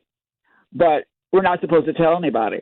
And so, if you're going to can you tell Sherwin Williams how you were profiled at CVS, though? Oh, I'm sorry. Okay. Yeah. So, all right. So you were just walking around the aisles, just being as gay as a Sunday afternoon, and then what happened? It was almost closing time, and so I had to buy a few items, and I had my headphones on, and an assistant manager, young man, were you came dancing? Up to me. No. Okay. Nope. I was shopping because I knew that, and I thought he was coming up to tell me we're getting ready to close. Can you wrap it up? So I took my headphones off, and he says to me, "I know you, and I've seen you before, and you steal." I was like, "What?" Now, I used to be a teacher, and so sometimes I have former students come up to me and say, "Hey, Mr. Corey." And I'm like, I don't recognize him because it's been a long time. This young man looks mixed to me. He looked like he was half of something else. He had he had a nice look. But he said it in his voice like, I was like, "Excuse me, what did you just say?" He's like, "I've seen you steal before." I'm like, I had a big floppy hat on. I said, I took my hat off. I said, "Are you sure it's me?" And he said, "Yeah." I was like, "Well, I don't know what to say right now. I intend to pay for my items. So I'm going to go over in this aisle, and then I'm going to check out. Why don't you watch me?" And he said, "No, I don't have to do that." I was like, then I got mad. Well, Corey, I only got 10 seconds left in my show. Okay. Can you land the plane? All right. I don't know. When I got to the register, I made a scene. I had a scene. And I said to the lady that checked me out, I said, "That young man over there says I steal. I want to see the proof. You don't have any proof? Then don't do that to paying customers." Well, thank you. We've got to leave it there because my radio show is over. Baby. All right, then. Corey he just went into the CVS and it was too gay and was accused of being a thief. Thank you for listening. The lunch break is up next. It's National Sandwich Month, the perfect time to celebrate what Cousin Subs does best, great sandwiches. Since 1972, we've been making subs with fresh baked bread, sliced meats and cheeses, and ingredients prepared fresh when you order. Whether you're craving a classic favorite, something grilled to order, or a deli fresh creation, there's a Cousin Sub made for every taste. Celebrate National